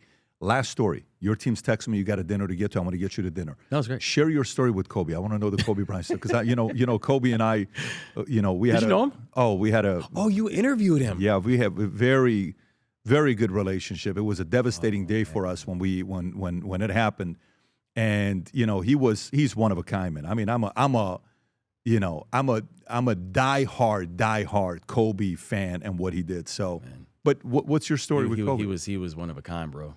And I'm gonna lie. I mean, when he was coming out of high school, because that's when I first got a chance to meet him, when he was actually a high school senior. And and another true story, I did not think he was gonna be as good because he was very good in high school. But I was always like, his jump shot isn't quite there. And I'm thinking, like, you're going to the NBA, like, shows how much I know about freaking basketball. Because also, you can never measure someone's work ethic. That's he is in Lower Merion. So that was the Kobe that I got a chance to meet. His cousin / friend, he said he was his cousin, I think that's right, played for my high school team. And he was like, listen, Bean and I are going out to a movie. You want to come out? I was like, yeah, of course. So I'm a high school senior. Kobe's a high school senior. And our buddy's a high school senior. We go out to a movie. We go buy our movie tickets. Sitting there, getting popcorn. And this was, I'm trying to remember if he had just declared for the draft or he was right before he declared for the draft. But Kobe was the thing in, the suburbs of Philadelphia and everywhere else, but so somebody comes up and is like, hey, I can get an autograph. We're like, yeah. Then 2 more people. Then 4 more people. Now there's just a crowd around Kobe. And I'm sure this is not a very comfortable thing for Kobe, because he's like, we just want to go get a movie. Yeah. But the truth is, Kobe was what, like 6'6" or something like that. Our buddy was 6'9", and so you can't miss them. You can't. Yeah, you can't miss them. And so, finally, Kobe just kind of goes to my teammate, and he's like, and he wished something. Then he comes over to me and he's like, hey, do you mind if we just get out of here? Because I think Kobe at that point realized this is not going to be a fun evening anymore. So he was like, I was like, yeah, no problem. And my buddy was like, but don't worry, we'll give you the money back for the movie ticket. Because, like, we're in high school, man. It's like, that's not whatever it was back then, $5, $6, whatever. It's a lot of money. That's a lot of money back then. So I'm like, okay, yeah, cool. Don't worry about it. And I never forgot the fact that I never got my money back, because I was always like, yo, like I really want my money back. What was the movie about? What were you guys going to do? Do you remember the movie or I can't no? even remember at this point, but it was 1996, and you know, Did you ever see him again? Was there any I other never encounter? saw him No. again. I never, and I always said, I really hope I get a chance to see it, because I want to share that story with him. But the thing that I loved about Kobe and why I was such a fan is he completely understood that to be great, it means sacrifice. It means that if you really want to be great at something, it means the other stuff might have to go off to the side. And not everyone's going to like it. Not everybody's going to understand it. You will get judged. You will get criticized. Block it out. Mm-hmm. And that Mamba mentality that he brought to basketball, that I think he brought to the business world after he was done with basketball, is actually a really important lesson learned. Because whether you are a soldier with the 101st or an entrepreneur, you got to block stuff out. There are things that other people are going to say, hey, Patrick, let's go. No, can't. I'm working. Or there's going to be people with distractions saying, like, this person said this about you. Don't care. Focused. There is something that I think he provided such a beautiful lesson to humanity about, if you want to be great, know what that looks like and know what's required. And that's the only way you can ever actually achieve your greatness. And I think you're going to have some Mamba mentality between, I hope you bring it out in 27, 28. I want to see what you're going to do. You know, I'm stirring the pot, but a part of me wants to see you up there, man. I can't wait. You're going to be up there. I'm going to be like, what? You going? But I'm excited for it. I truly enjoy talking to you. And I know I would. I knew I would when everybody would tell me, you're going to love this guy. You're going to love this guy. You're a class act, just talking to you, man, just hearing, you know, your story, your background, what you've done. You're telling me my story off the camera, one of the best stories. 18 years, can you imagine, like, if it happens one day and it's like, it started off with this, it'd be one of the greatest success stories of all time. Appreciate your time. Appreciate you for coming out. Is there a site? Is there anything you want people to go to? Is there anything where, if people want to see more things that you're working on, is there anything we want to drive to? Yeah, I think, well, if people go to wesmore.com, they can see a lot of the stuff that we're doing, and also just some of the work that we're doing in Maryland. You can go to maryland.gov and you get a chance to see exactly what we're working on. All of our social stuff is at both I Am Wes Moore and also Gov Wes Moore.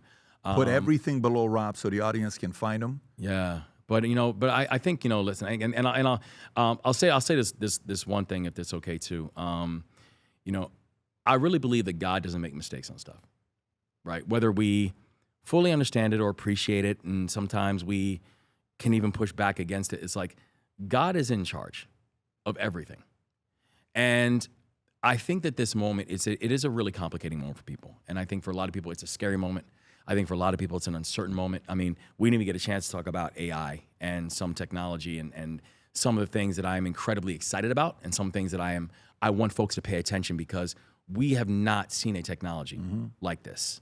And I think we have to be very clear about the type of guardrails that we need to think about. However, I think about even in our most complicating moments in our nation's history, there have been two things that have gotten us through. It's been God's grace and moral leadership. That's it. Everything falls into those things. God's grace, moral leadership. If we can lean on those two things inside of this moment, I think it's just important to remind people that we've seen tough times before, and we're okay before.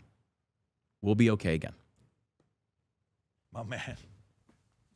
Excited about this conversation. I wasn't expecting it to go this good. Take care, everybody. Go to his website, subscribe. God bless everybody. Take care. Bye-bye, bye-bye.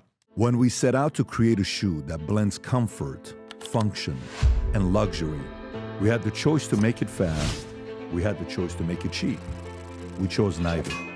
Instead, we chose Tuscany, Italy. We chose true Italian craftsmanship, each pair touched by 50 skilled hands. We chose patience, spending 2 years perfecting every detail, and we chose the finest quality at every step. Introducing the Future Looks Bright collection. Not rushed, not disposable, not ordinary. Rather, intentional, luxurious, timeless.